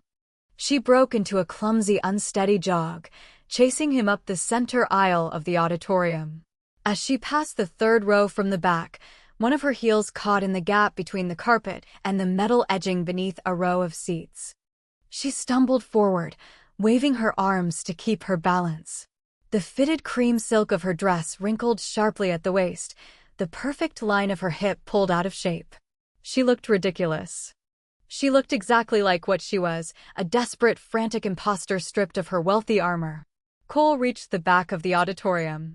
He pushed through the heavy double doors without slowing. He did not turn to look at the woman screaming his name behind him. He walked into the bright lobby, then through the front entrance and disappeared into the warm May morning, severing their connection permanently. Bridget stopped halfway up the aisle, her chest heaving, her composure entirely gone. She stood in front of hundreds of standing Newton parents, all of whom now knew exactly who she was. Back in the front section, a separate, quieter execution was taking place. Eleanor sat frozen in her chair, completely abandoned. The chosen child she had protected for nearly 4 decades had just sprinted up the aisle after a fleeing fiancé, leaving her alone to face the social firing squad. The standing ovation began to soften into a loud chattering hum as the ceremony staff worked to restore order, but the attention of the front section remained locked on my mother. Eleanor was surrounded by the elite of her Newton Parish circles. Women she organized auction tables with, women whose grandchildren had attended the same preschool as Maeve, were all staring at her. They did not offer sympathetic smiles. They exchanged sharp, knowing glances behind their folded programs. Eleanor had spent her entire adult life curating an image of irreproachable parish respectability. She had viewed teenage pregnancy as a hidden flaw to be quietly resolved and viewed me as the convenient handle by which to resolve it. Now the resolution had been broadcast through a public auditorium sound system. The neighbors and acquaintances she had labored so long to impress now knew she had orchestrated a cruel, cold cover-up. They knew she had allowed her older daughter to shoulder the burden of a child while she funded the empty Manhattan life of the younger one. The ultimate monument of her arrogance sat directly beside her. The bakery box rested on the chair, its lid still slightly open. The warm air of the auditorium had begun to soften the precise gold calligraphy on the top tier of the cake. The lettering reading, "Congratulations from the mother who never stopped loving you," was beginning to sag, the gold dust collecting in the creases of the icing. The cake looked exactly as absurd as the lie it had been baked to support. Eleanor stared down at the ruined gold script. Her hands shook in her lap. She could not lift her head to meet the eyes of the women whispering on either side of her. She was trapped in a small public prison built entirely from her own choices, anchored to a ruined dessert that had just detonated her favorite daughter's life. The social standing she had valued more than her own grandchild dissolved before her, mirroring the slumping, ruined icing on the chair beside her. I watched her shrink from my seat in the 5th row.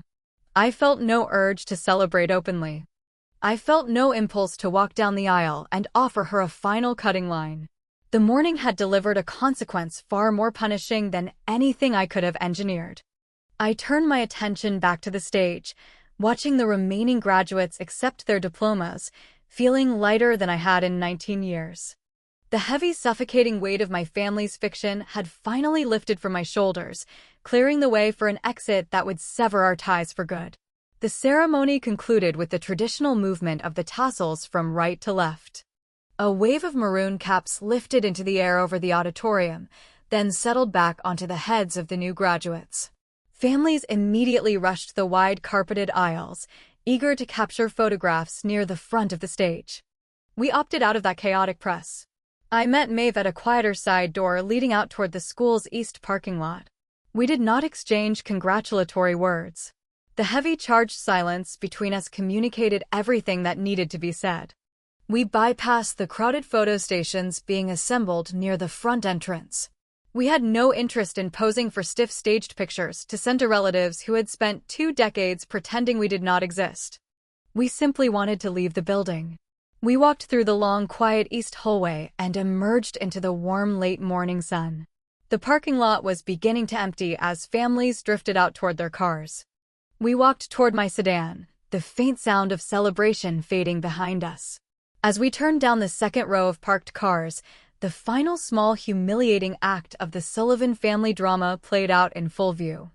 Parked near the curb, 2 spaces from my sedan, stood my mother's gleaming dark sedan. Leaning against the rear passenger side door was Bridget. The pristine, untouchable image of the wealthy Boston socialite had dissolved into a public ruin. The crisp cream silk dress was wrinkled at the hip and waist, the fabric pulled out of shape from her clumsy fall in the aisle. She had pulled off her high heels at some point during her sprint and stood barefoot on the warm asphalt, mascara smudged in dark crescents beneath her eyes. The engagement ring she had banked her entire future on was gone, replaced by the grim reality of a 36-year-old woman with no career, no plan, and a reputation thoroughly demolished in front of the only social circle she had left. She was experiencing a raw, unfiltered breakdown in the middle of a high school parking lot. Eleanor stood a few feet away, gripping her keys, looking like a woman who had just watched her carefully built life burn down to the foundation. The parish armor she had worn for 4 decades had melted in a single 12-minute speech. Her elegant lavender suit suddenly looked dated and oddly cheap. When she noticed us approaching the car, a desperate, frantic light flickered in her eyes. She needed to repair the unrepairable. She needed to pull us back into the family to patch the gaping hole in her social world. Eleanor left her favorite daughter weeping against the car and walked briskly in our direction. She did not lead with her usual sharp command. For the first time in my entire life, my mother approached me with something close to a plea. "Margaret, Maeve, please wait," Eleanor called. Her voice sounded thinner than I had ever heard it, stripped of its parish authority. She stopped a few feet away, her hands trembling visibly. Tears welled in her eyes. Genuine ones, born of sudden, inescapable public shame. She was finally tasting the exact humiliation she had projected onto me for nearly 2 decades. "Please," Eleanor begged, her gaze darting between me and my daughter. "Just come back to the house. Let us sit down at the table and talk this through as a family. We can find a way to repair this." I did not need to step forward to defend my daughter. Maeve stood tall in her maroon gown. She reached up and calmly adjusted the gold valedictorian medal resting against her collarbone. She looked directly at the woman who had introduced her as a temporary inconvenience nearly a decade earlier. "We are a family," Maeve said. Her tone carried the cool, objective weight of a judge delivering a sentence. "You are just the people I share DNA with." It was the most precise, devastating verbal strike I had ever heard from a teenager.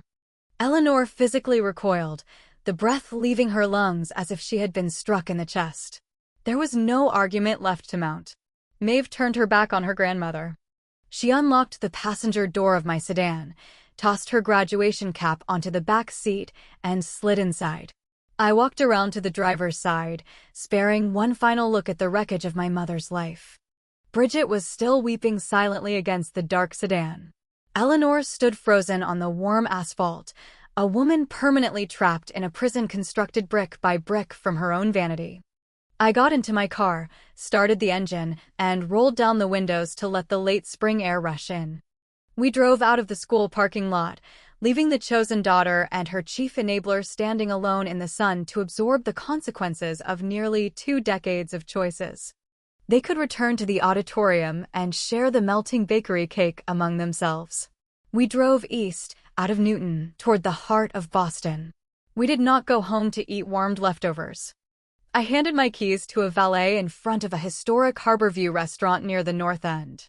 The interior was a quiet sanctuary, cool and softly lit, smelling of warm bread, garlic, and the faint salt of the harbor through the open windows. We were seated at a small round table near a tall arched window overlooking the water. I ordered a roasted halibut. Maeve ordered a filet medallion. We raised heavy wine glasses filled with sparkling cider and toasted to survival, to the law, and to the unbreakable bond we had built in the long unglamorous fire of their neglect. The story does not end at that restaurant table. Actions carry weight, and in the real world, competence eventually outweighs pedigree. 2 weeks after the ceremony, the front desk at my firm buzzed my extension. A courier had dropped off a certified envelope requiring my direct signature. I signed for the heavy ivory parchment. The return address belonged to Cole's private equity firm on State Street. I opened the envelope carefully, half expecting a legal threat or a cease and desist letter manufactured by Bridget's fallout. It was not a threat. It was a formal handwritten letter from Cole himself. He wrote to offer a deep, unreserved apology for bringing my sister into our lives and intruding on my daughter's milestone. He expressed profound admiration for the integrity and clarity Maeve had demonstrated on that stage. Tucked behind the letter was a certified cashier's check made out directly to the bursar's office at the small private liberal arts college, where Maeve had been accepted on partial scholarship. The amount covered her remaining tuition, room, and board for all 4 years. Cole stated that he refused to allow an honest, brilliant young woman to carry student debt when he had been prepared to spend millions on a fraudulent marriage. The envelope held one further document. It was a thick stack of corporate engagement letters. Cole's firm was transferring its entire outside legal portfolio to my firm, explicitly requesting that I be assigned as the lead senior paralegal on the account. That single referral represented millions of dollars in annual billable hours. When I carried that book of business into the managing partner's office, my career trajectory shifted permanently. Within a year, I was running my own practice support group, earning a salary that dwarfed the trust fund my parents had wielded like a leash. Bridget moved into the small guest bedroom of my parents' Brookline Colonial, quietly blacklisted from the parish committees and the Manhattan circles she had once treated as her birthright. She spent her days walking laps around the small back garden, serving a quiet, isolated sentence in a town that had finally seen her clearly. Maeve left for college at the end of August, unburdened by loans and unconnected to a bloodline that had spent 2 decades treating her like an inconvenience. We walked through the fire, and we walked out owning what was left. If you are listening to this and wondering whether it is time to walk away from people who have spent years holding you down, take this story as your sign. Boundaries are not walls. They are the doors you finally open to walk into your own life. Drop a heart in the comments if this resonated with you and share this story with someone who needs to hear that biology does not get to decide your worth. Thank you for spending your morning with me. Until next time, keep protecting your peace. Sitting now in the corner office of my new practice group on the 22nd floor of a downtown Boston tower, watching late afternoon light catch the windows of the Custom House Tower across the harbor, I realize how settled my life has become. It is a profound, hard-earned quiet. For years have passed since Maeve stood at that podium and undid 2 decades of careful family fiction in 12 unforgettable minutes. Today, she is a second-year law student at a top East Coast law school, dismantling case law with the same focused intellect she once turned on in Newton South Auditorium. Her tuition is paid. Her credit is clean. Her future belongs to no one but herself. Meanwhile, Bridget and Eleanor remain trapped inside the small social exile of their own making, prisoners of a town that has not forgotten the gold-lettered cake melting on a folding chair. I spent 2 decades operating under the assumption that I had to shield my daughter from the painful truth of where she came from. I was wrong. The fire I walked through did not burn her. It forged a young woman more than capable of holding the flame herself. Looking back across the long nights of bottle warming, the careful supermarket math, and the public reckoning that finally arrived in late spring, I have gathered 5 truths I now live by. First, biology is only a starting point. DNA might sketch the outline of a family tree, but motherhood is a title earned through ordinary, repeated, unglamorous choices.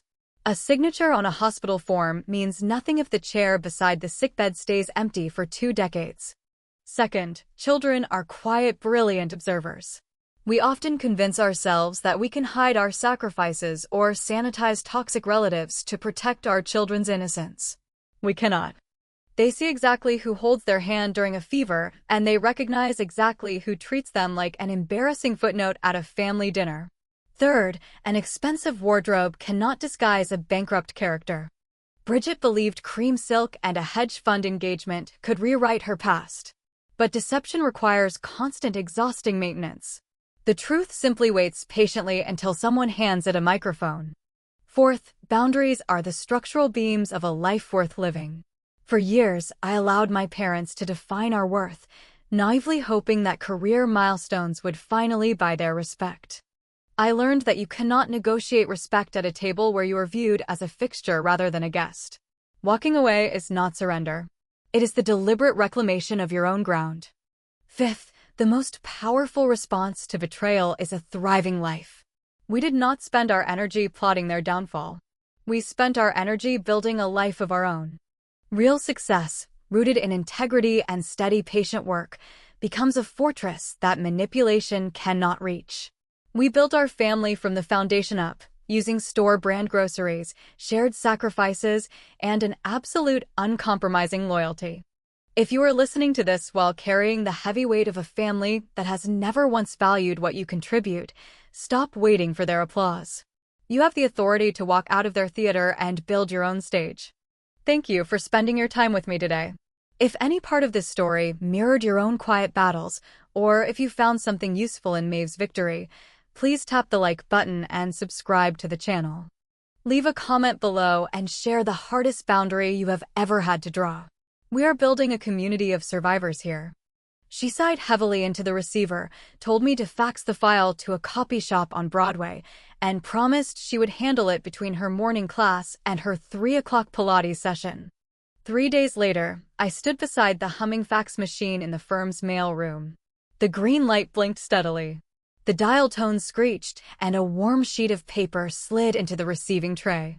I picked it up.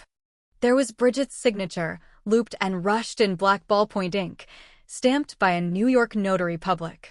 She had signed away her biological child. There was no cover note. There was no scribbled question about how the baby was doing. There was no inquiry about whether I needed money for diapers or rent. There was only a signature buying her freedom, so she could attend a black tie mixer without a guilty conscience. I held that warm piece of thermal paper and felt a strange mixture of revulsion and overwhelming relief. I stopped at a hardware store on the way home that evening and bought a small fireproof lockbox. I carried it up 3 flights of stairs, slid it into the back of my closet, and placed the notarized documents inside. I turned the key in the lock and heard the small metallic click that sealed the matter shut. Those papers became my silent armor. They were proof that when the burden became real, Bridget chose herself. I thought locking those papers away meant the hard part was finished. I thought the law would shield Maeve from the toxic gravity of my family. But the law only protects you in a courtroom. It does nothing to protect a small girl when she becomes old enough to count the photographs on her grandmother's mantle and realize her face is missing from every single frame. Legal papers locked inside a fireproof box provided a vital technical wall, but a notarized signature did not change the brutal rhythm of a Monday morning. The first 5 years of Maeve's life were a masterclass in relentless tactical survival. I operated on a schedule so tight it felt like balancing on a wire above the Charles River. My alarm went off at 4:15 every morning. The routine never varied. Start the cheap drip coffee, iron the single pair of office trousers that still fit properly, pack the diaper bag, and bundle a sleeping toddler into a second-hand car seat before the first commuter trains rolled through Dorchester. To cover rent, utilities, and daycare, I took on every available extra hour. That meant evenings spent at the law firm answering after-hours phones, transcribing depositions, and reorganizing client files. When the attorneys went home to their Beacon Hill brownstones at 6 o'clock in the evening, I rode the elevator down to a sub-basement records room. It was a windowless concrete space lined with industrial filing cabinets, smelling faintly of old toner and stale paper. I spent my nights digitizing decades of probate files, running a heavy flatbed scanner until my fingers cramped and my eyes burned. I would clock out at 11:45, pick Maeve up from a neighbor who watched her for $15 a night, and carry her sleeping weight up 3 flights of stairs to our apartment. Exhaustion settled into my bones as a permanent resident, a dull weight pressing down on my shoulders, even on weekends. But I never resented the hours. The work was the only thing standing between my daughter and a homeless shelter. Financial survival required a level of mathematical precision I had never been trained in. Every trip to the supermarket was a tactical operation. I walked the aisles with a calculator in my palm. I ate plain pasta with butter and salt 4 nights a week, boiling the cheapest brand in a battered pot just so my food budget could stretch a little further. That sacrifice meant Maeve could have the organic applesauce her sensitive stomach tolerated. It meant I could afford the specific hypoallergenic detergent that kept her eczema from flaring across her tiny arms. I learned to ignore the soft ache of my own hunger, replacing it with the deep satisfaction of watching my niece eat with healthy appetite. Holidays became exercises in creative scarcity. When Maeve was 3 years old, December arrived with an empty checking account and a leaking radiator. I had managed to save $11 for Christmas gifts. I bought a wooden puzzle and a plush rabbit from a discount store near the bus terminal. I stood in the wrapping paper aisle staring at the metallic rolls, calculating that buying even the cheapest one meant I would not have subway fare to get to work on Monday. I walked out empty-handed. That night, sitting on the threadbare rug of our living room, I wrapped Maeve's gifts in pages from a glossy fashion magazine a coworker had thrown out. I used masking tape and tied them with a length of green ribbon I salvaged from a coworker's old gift basket. The next morning, Maeve tore into those fashion pages with a delight so pure it stopped my breath. She did not know we were poor. She only knew she was treasured. While I was taping together magazine cutouts in a drafty Dorchester walk-up, Bridget was experiencing a vastly different reality. Her life was funded by a generous parental ledger that never seemed to close. During Maeve's 3rd summer, when a heat wave pushed Boston above 95 degrees and our window unit finally surrendered, Bridget was abroad. She posted pristine photographs from Lake Como, posing on stone terraces overlooking dark blue water. She drank Prosecco at sidewalk cafes in Florence and took private cooking lessons in a Tuscan farmhouse. Eleanor and Thomas funded every flight, every hotel, every linen dress. Not once in those 5 years did my sister mail a birthday card. Not once did a package arrive for Maeve. The mailbox remained completely empty of any acknowledgement from the woman whose DNA shaped my daughter's face. My parents were equally absent. They lived a 20-minute train ride away in their colonial on a tree-lined street in Brookline. Yet they never once offered to take Maeve for an afternoon so I could sleep. They never dropped off a casserole. They operated under a strict code of deliberate forgetting, treating Maeve's existence as a closed file, sealed and stored. Their only involvement came when our existence threatened to disturb their carefully curated social world. I was standing at a pharmacy counter in Quincy one September evening. Maeve had developed a chronic ear infection that flared with every cold. The pediatrician prescribed a specialized antibiotic suspension. I handed my debit card to the technician, watching her enter the information into her terminal. The reader beeped a sharp, rejecting tone. The card declined. The cost of the medication had risen and my account was $9 short. I stood beneath the cold pharmacy lights, the heat of pure humiliation climbing into my cheeks. A line of customers stretched behind me. I felt the familiar spike of panic, the certain knowledge that I could not afford the medicine my child needed to clear the infection. I swallowed every shred of pride, looked the pharmacist in the eye, and asked if there was any possibility of setting up a payment plan for the remaining balance. He was a calm older man with patient eyes. He covered the difference from his own wallet, sliding the white paper bag across the counter with a quiet nod. I walked out of that pharmacy holding the antibiotics like contraband, my chest tight with a mixture of overwhelming gratitude and bitter rage. My phone vibrated the moment I buckled Maeve into her car seat. The caller ID showed my mother's name. A naive part of me thought perhaps Eleanor possessed some maternal instinct. Perhaps she was calling to check on us. I answered, clearing the strain from my voice. "Margaret, take the photograph down," Eleanor said. No greeting, no question about how my evening had gone. Just a sharp surgical directive. I sat in the driver's seat, gripping the steering wheel. "What photograph, Mother?" "The picture you posted this morning," she snapped. "The one of you and the child at the duck pond." Bridget is rushing a graduate society at Columbia, and several of the alumni board members follow my page. We cannot have questions arising about who that little girl is. It creates confusion.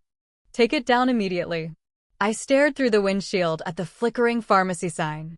My mother was not calling because she cared about her granddaughter's ear infection. She was calling to enforce an erasure. She was demanding that I digitally hide the child I had just humiliated myself to medicate, all to protect Bridget from a minor inconvenience at a Manhattan cocktail event. In my family, if you were not the chosen one, you were worse than invisible. You were a liability. I did not argue. Arguing with Eleanor was like negotiating with a closed door and expecting it to open. I ended the call, opened the application on my phone, and deleted the photograph of Maeve laughing at the ducks. I turned off the engine, rested my forehead against the cool steering wheel, and let a few silent tears fall onto my coat collar. Then a small hand reached forward from the back seat and tugged gently on my sleeve. I turned around. Maeve was watching me, her gray-green eyes already sharper than they had any right to be at 4 years old. She did not ask why I was crying. She just held out her stuffed rabbit, pressing it into my hand with profound silent solidarity. That was the moment I understood the truth. My parents refused to see me. My sister refused to acknowledge me. But Maeve saw me. She saw every double shift, every skipped lunch, every quiet tear in the driver's seat. And she loved me with a fierce, uncompromising loyalty my biological family could never imagine. That gaze became the only fuel I needed to keep going. I started the engine, pulled out of the lot, and drove us home, completely unaware that the quiet bond we were building was about to shift into something permanent, setting the stage for a conversation that would change who I was forever. The years blur when you raise a child alone on a clerk's salary. You measure time not in birthdays, but in small fierce victories of endurance. Before I noticed, the wheezing infant from that February urgent care visit had grown into a sharp, observant kindergartner. Maeve was the kind of 5-year-old who noticed every undercurrent in the room. She read at a second-grade level. She watched how other adults greeted their children at pickup. She studied the way parents in line at the grocery store leaned down to listen to their kids. Most dangerously, she noticed the empty spaces, the places where something should have been and was not. Kindergarten is a minefield for non-traditional families. The curriculum is built on standard assumptions. Teachers send home worksheets asking children to draw their family trees. I remember picking Maeve up from her Catholic school on a cold November afternoon. She handed me a piece of construction paper while the other children chattered about cousins and grandparents and twin siblings. Maeve had drawn a tree with 2 branches. One tall woman holding a coffee cup and one small girl holding a book. She gave it to me without saying a word.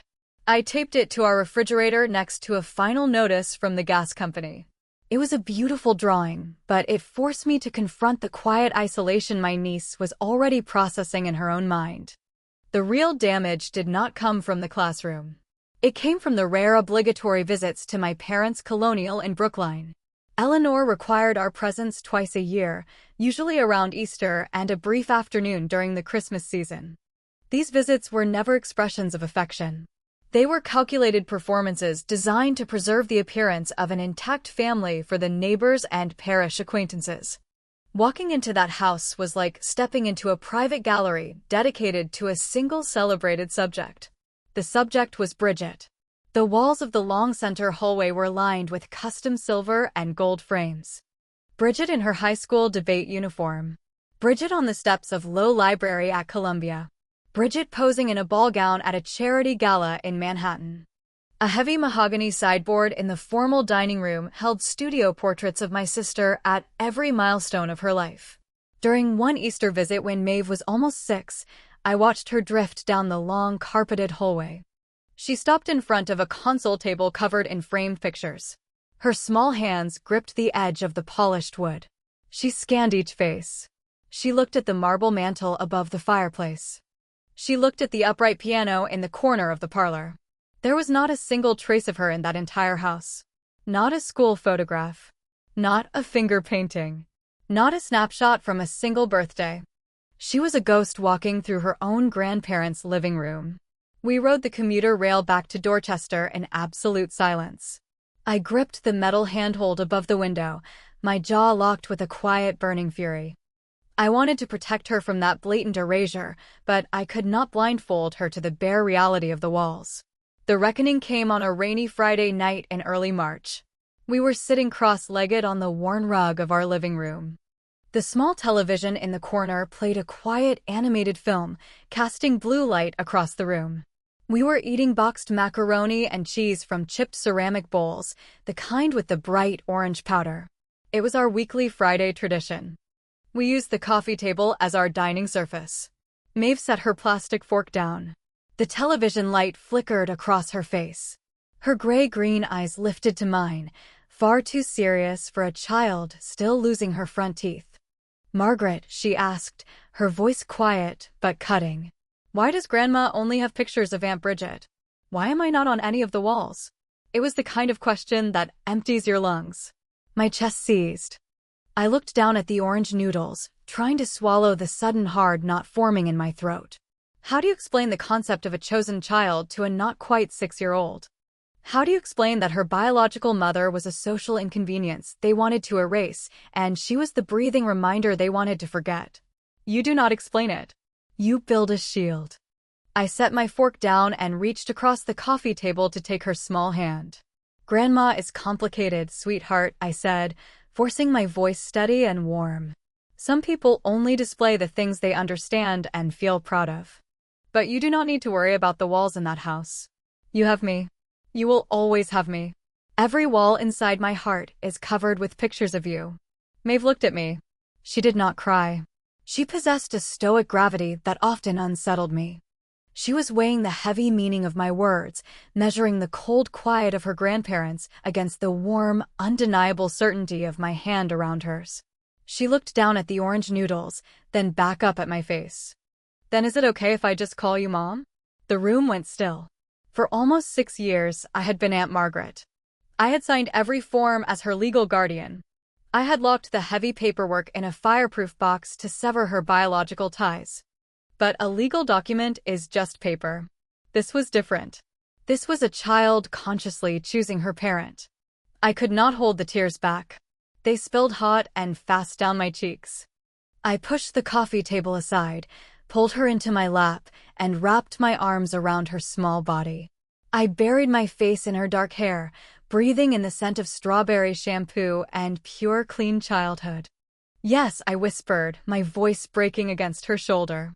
"Yes, you can call me Mom." We sat on the floor of that drafty walk-up and held each other. In that tight embrace, the last shadow of my sister vanished from our daily life. Bridget was just a stranger living in a Manhattan high-rise. I was the mother. I had earned that title through sleepless nights, store-brand pasta, and fierce, uncompromising protection. No one was ever going to take it away from me. Calling me Mom changed the fundamental structure of our home. It gave Maeve an unbreakable anchor. She stopped looking for her face in the Brookline hallway. She stopped asking about the woman in Manhattan. She knew exactly where she belonged. And that absolute certainty gave me a new kind of ruthless ambition. I was no longer just surviving to keep the lights on. I was building a future for my daughter. I threw myself into my work with terrifying focus. Over the next 4 years, I outworked every other clerk at the firm. I memorized the partners' filing preferences, anticipated their case strategies, and passed the rigorous paralegal certification exam on my first attempt. By the time Maeve turned 10, my salary had nearly tripled. I earned the title of senior paralegal, complete with a small office on the 8th floor overlooking the Boston Common and a salary that finally let me sleep through the night.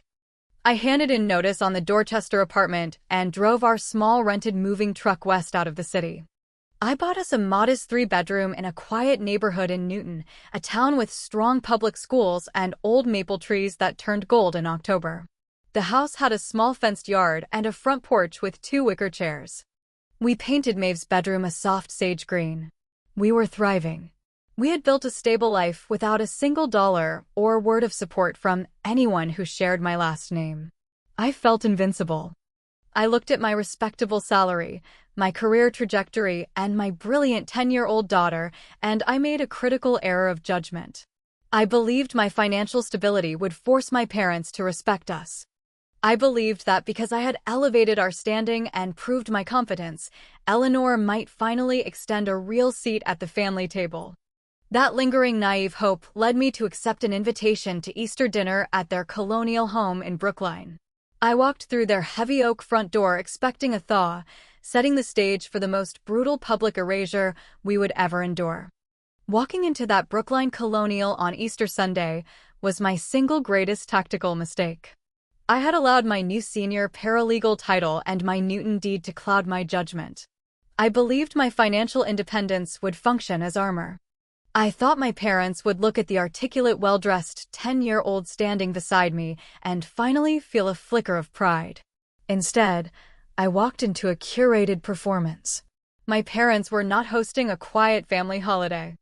The long brick driveway was packed with luxury sedans and 1 black town car. Eleanor had invited half the parish council and 3 couples from her garden club. The foyer smelled of lilies and rosemary lamb. Waitstaff in white shirts circulated with silver trays of champagne flutes. Standing beside the mahogany sideboard, holding a crystal glass, was Bridget. She had taken the train up from Manhattan the previous evening. At 27, my sister looked like she had stepped directly out of a glossy editorial. She wore a pale blue silk dress, her hair styled in soft, loose waves. She was between her first and second short engagements, living a frantic, hollow Manhattan party life that my parents continued to fund without question. When Maeve and I stepped into the parlor, Bridget glanced in our direction. Her eyes moved over my tailored blazer, dropped to the 10-year-old girl beside me, and then slid right past us to greet a man in a navy blazer with a pocket square. She did not say hello. She did not even nod. Bridget looked through her own biological daughter as if Maeve were a coat check attendant taking a break. I felt Maeve step closer to my side. I rested my hand on her shoulder, silently cursing myself for bringing her into this nest. I guided us toward a quieter corner near the bay window overlooking the back garden, intending to eat a polite plate of food and excuse ourselves before dessert. We stood near the heavy drapes, holding small plates of arugula salad in silence. Then Eleanor noticed us. My mother possessed a precise ability to command a room. She glided across the oriental rug, trailed by 2 women in pastel cardigans and pearls. Eleanor wore her perfectly fixed parish smile. She placed a hand on my arm, gripping it tightly enough to leave a mark, and turned me toward her friends. "Margaret, dear," Eleanor chimed. Her voice pitched perfectly to carry across the parlor. "I am so glad you could finally tear yourself away from that downtown office. We hardly see you." One of the women, a Mrs. Calloway, with severe cheekbones and a measuring gaze, peered over the rim of her glass. Her eyes landed on Maeve. Maeve was wearing a navy dress with a small white collar we had picked out together at a department store on Newberry Street. She looked composed and bright. "And who is this lovely child?" Mrs. Calloway asked. "I do not believe I have seen her at the parish breakfast." The air in the parlor seemed to thin. I opened my mouth to introduce my daughter. I was going to say her name with the fierce pride I felt every day of my life. Eleanor cut me off. She did not skip a single beat. She offered a tight conspiratorial sigh, the kind of sound one makes when discussing a stained tablecloth or a forgotten name. "Oh," Eleanor said, waving her free hand dismissively. "This is Bridget's little situation from high school. Margaret has been kind enough to take her on for now. Just helping out. Just helping out." The words hung in the lilies and rosemary-scented air, heavy and toxic.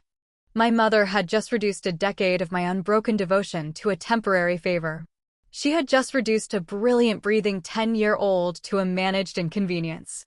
She said it loudly, comfortably, expecting me to nod along and play my assigned role in her parish narrative.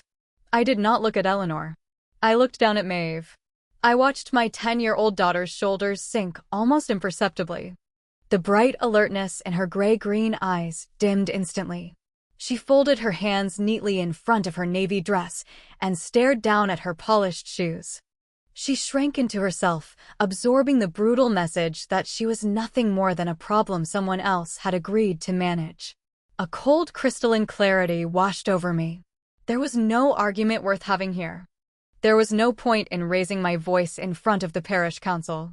You cannot reason with people who view you as set dressing. I did not say anything to Mrs. Calloway. I did not look at my mother.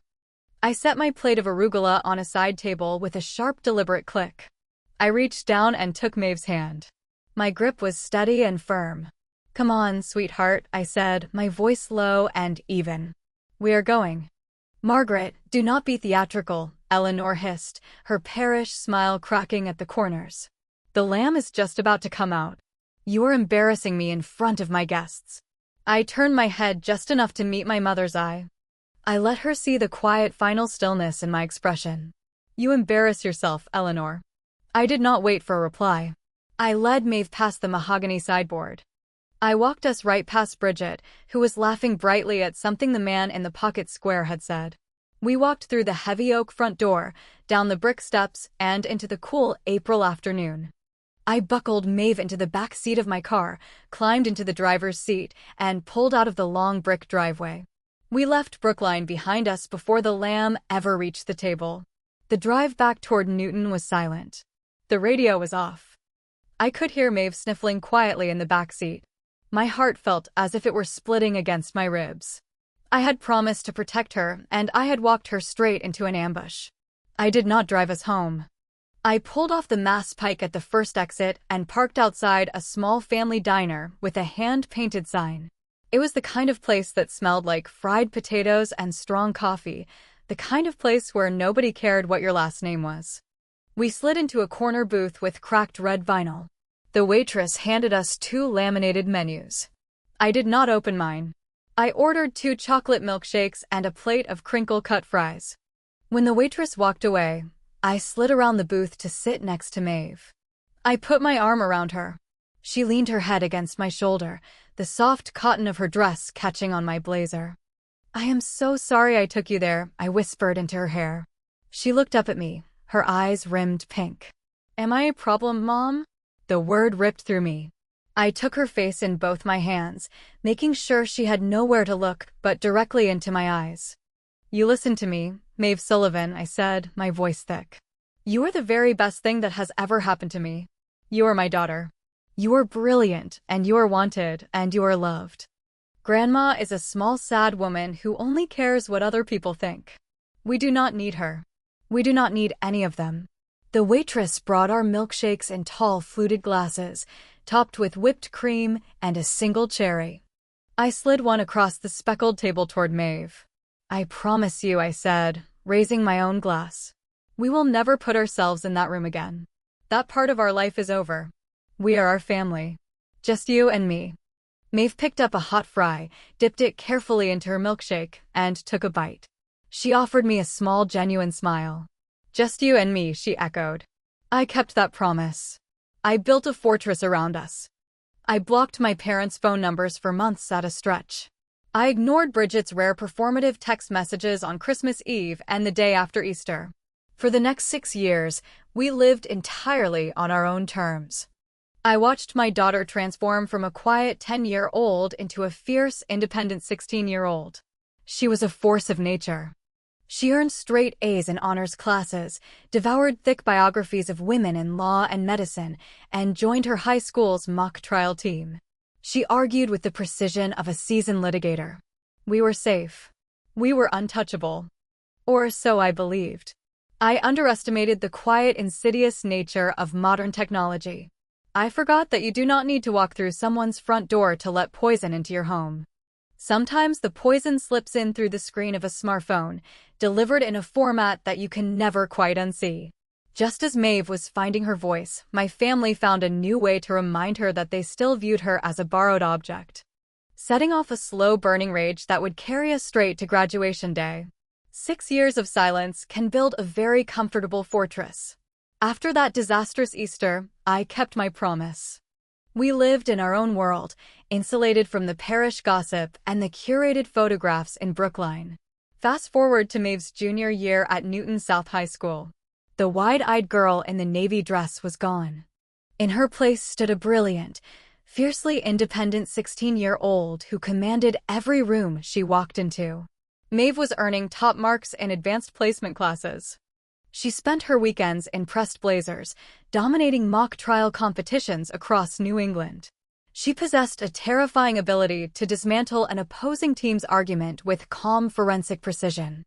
I sat in the back of high school auditoriums and small courthouse rooms, watching my daughter cross-examine other teenagers with the cool focus of a public defender, feeling a pride so deep it anchored me. We had a rhythm. We had peace. I had transitioned to a partial work-from-home arrangement at the firm, drafting briefs from the quiet of our kitchen table on Tuesdays and Thursdays. Then came a damp Tuesday afternoon in early October. I was standing at the counter reviewing a stack of contract amendments, waiting for the familiar sound of Maeve unlocking the front door. She usually burst in talking about her history teacher or her debate partner. That afternoon, the door opened and she walked in with an unnatural eerie quiet. She dropped her heavy canvas backpack onto the entryway floor. She did not take off her jacket. She walked straight to the kitchen island, pulled her phone from her pocket, and slid it across the granite. The screen stopped right on top of my contract pages. "You need to read this," she said. Her voice was unsettlingly calm. It carried none of the flair of teenage outrage. It carried the steady cadence of a litigator presenting an exhibit. I looked down at the bright screen. It was a screenshot, forwarded to her by a distant cousin named Caroline, who lived in Connecticut and worked in finance. Caroline had quietly disapproved of my family's choices for years, but had never openly intervened. She had taken a screenshot of a private group chat titled Family News and sent it to Maeve with a short message that read, "I'm sorry, Maeve. I think you have the right to see this." I zoomed in on the text bubbles. The first message was from Bridget. I had not spoken to my sister in nearly 4 years. Her contact photograph was a glamorous shot of her at what looked like a rooftop gala. "I'll probably want Maeve back once Cole and I are settled," Bridget had typed. "It would be lovely to have a teenage daughter to bring to events. I'm glad I got to skip the diaper years entirely." I stopped breathing. I read the sentence twice. The diaper years. My sister had reduced 16 years of grueling, unrelenting labor into a phrase she might use to describe avoiding a long line. She referred to the midnight ear infections, the pediatric specialists, the school recitals, the dental bills, every quiet sacrifice of my entire adult life, as a stage she had been smart enough to skip. She spoke about my daughter as if Maeve were a designer handbag held in storage, ready to be retrieved once she was finally in season again. My eyes moved to the next message. It was from Eleanor. "Of course, darling," my mother replied. "Margaret has always understood that this arrangement is temporary. She knows her role. It will be a wonderful reunion when you and Cole are ready." If you have ever poured your soul into something and watched someone else casually claim ownership of the result, you know exactly what happened in my chest. A surge of protective fury flooded my system. It was hot and blinding. For 16 years, they had viewed my daughter as a borrowed item. They genuinely believed I was nothing more than an unpaid placeholder, holding ground for the chosen one. I slammed my palm down on the granite. The pen beside my brief rolled and clattered to the floor. I reached for my keys in the small ceramic dish near the door. I did not care that it was raining. I did not care about Tuesday afternoon traffic on Route 9. I was going to drive straight to that colonial in Brookline, walk up to the heavy oak door, and burn down every framed photograph of Bridget on those walls. I was going to lay the legal guardianship papers I had kept in a fireproof box for over a decade on the dining table and force them to read every single line. I was going to set their entire fiction on fire. I took one step toward the entryway, and a hand closed around my wrist. It was Maeve. She stepped into my path, blocking my way to the door. I looked down at her face, expecting tears, expecting the same crushed expression she had worn after that Easter ambush 6 years earlier. I saw neither. Her gray-green eyes were steady, clear, and older than her 16 years had any right to be. "Don't," she said softly. "Maeve, you cannot expect me to just stand here and read this and do nothing," I argued, my voice shaking. "They are talking about you like you are a piece of furniture they're going to retrieve from storage. I'm putting an end to this right now." She tightened her grip on my wrist, grounding me back into the kitchen. "They aren't worth the gas, Mom." I stared at her, stunned by the calm, rational weight of her words.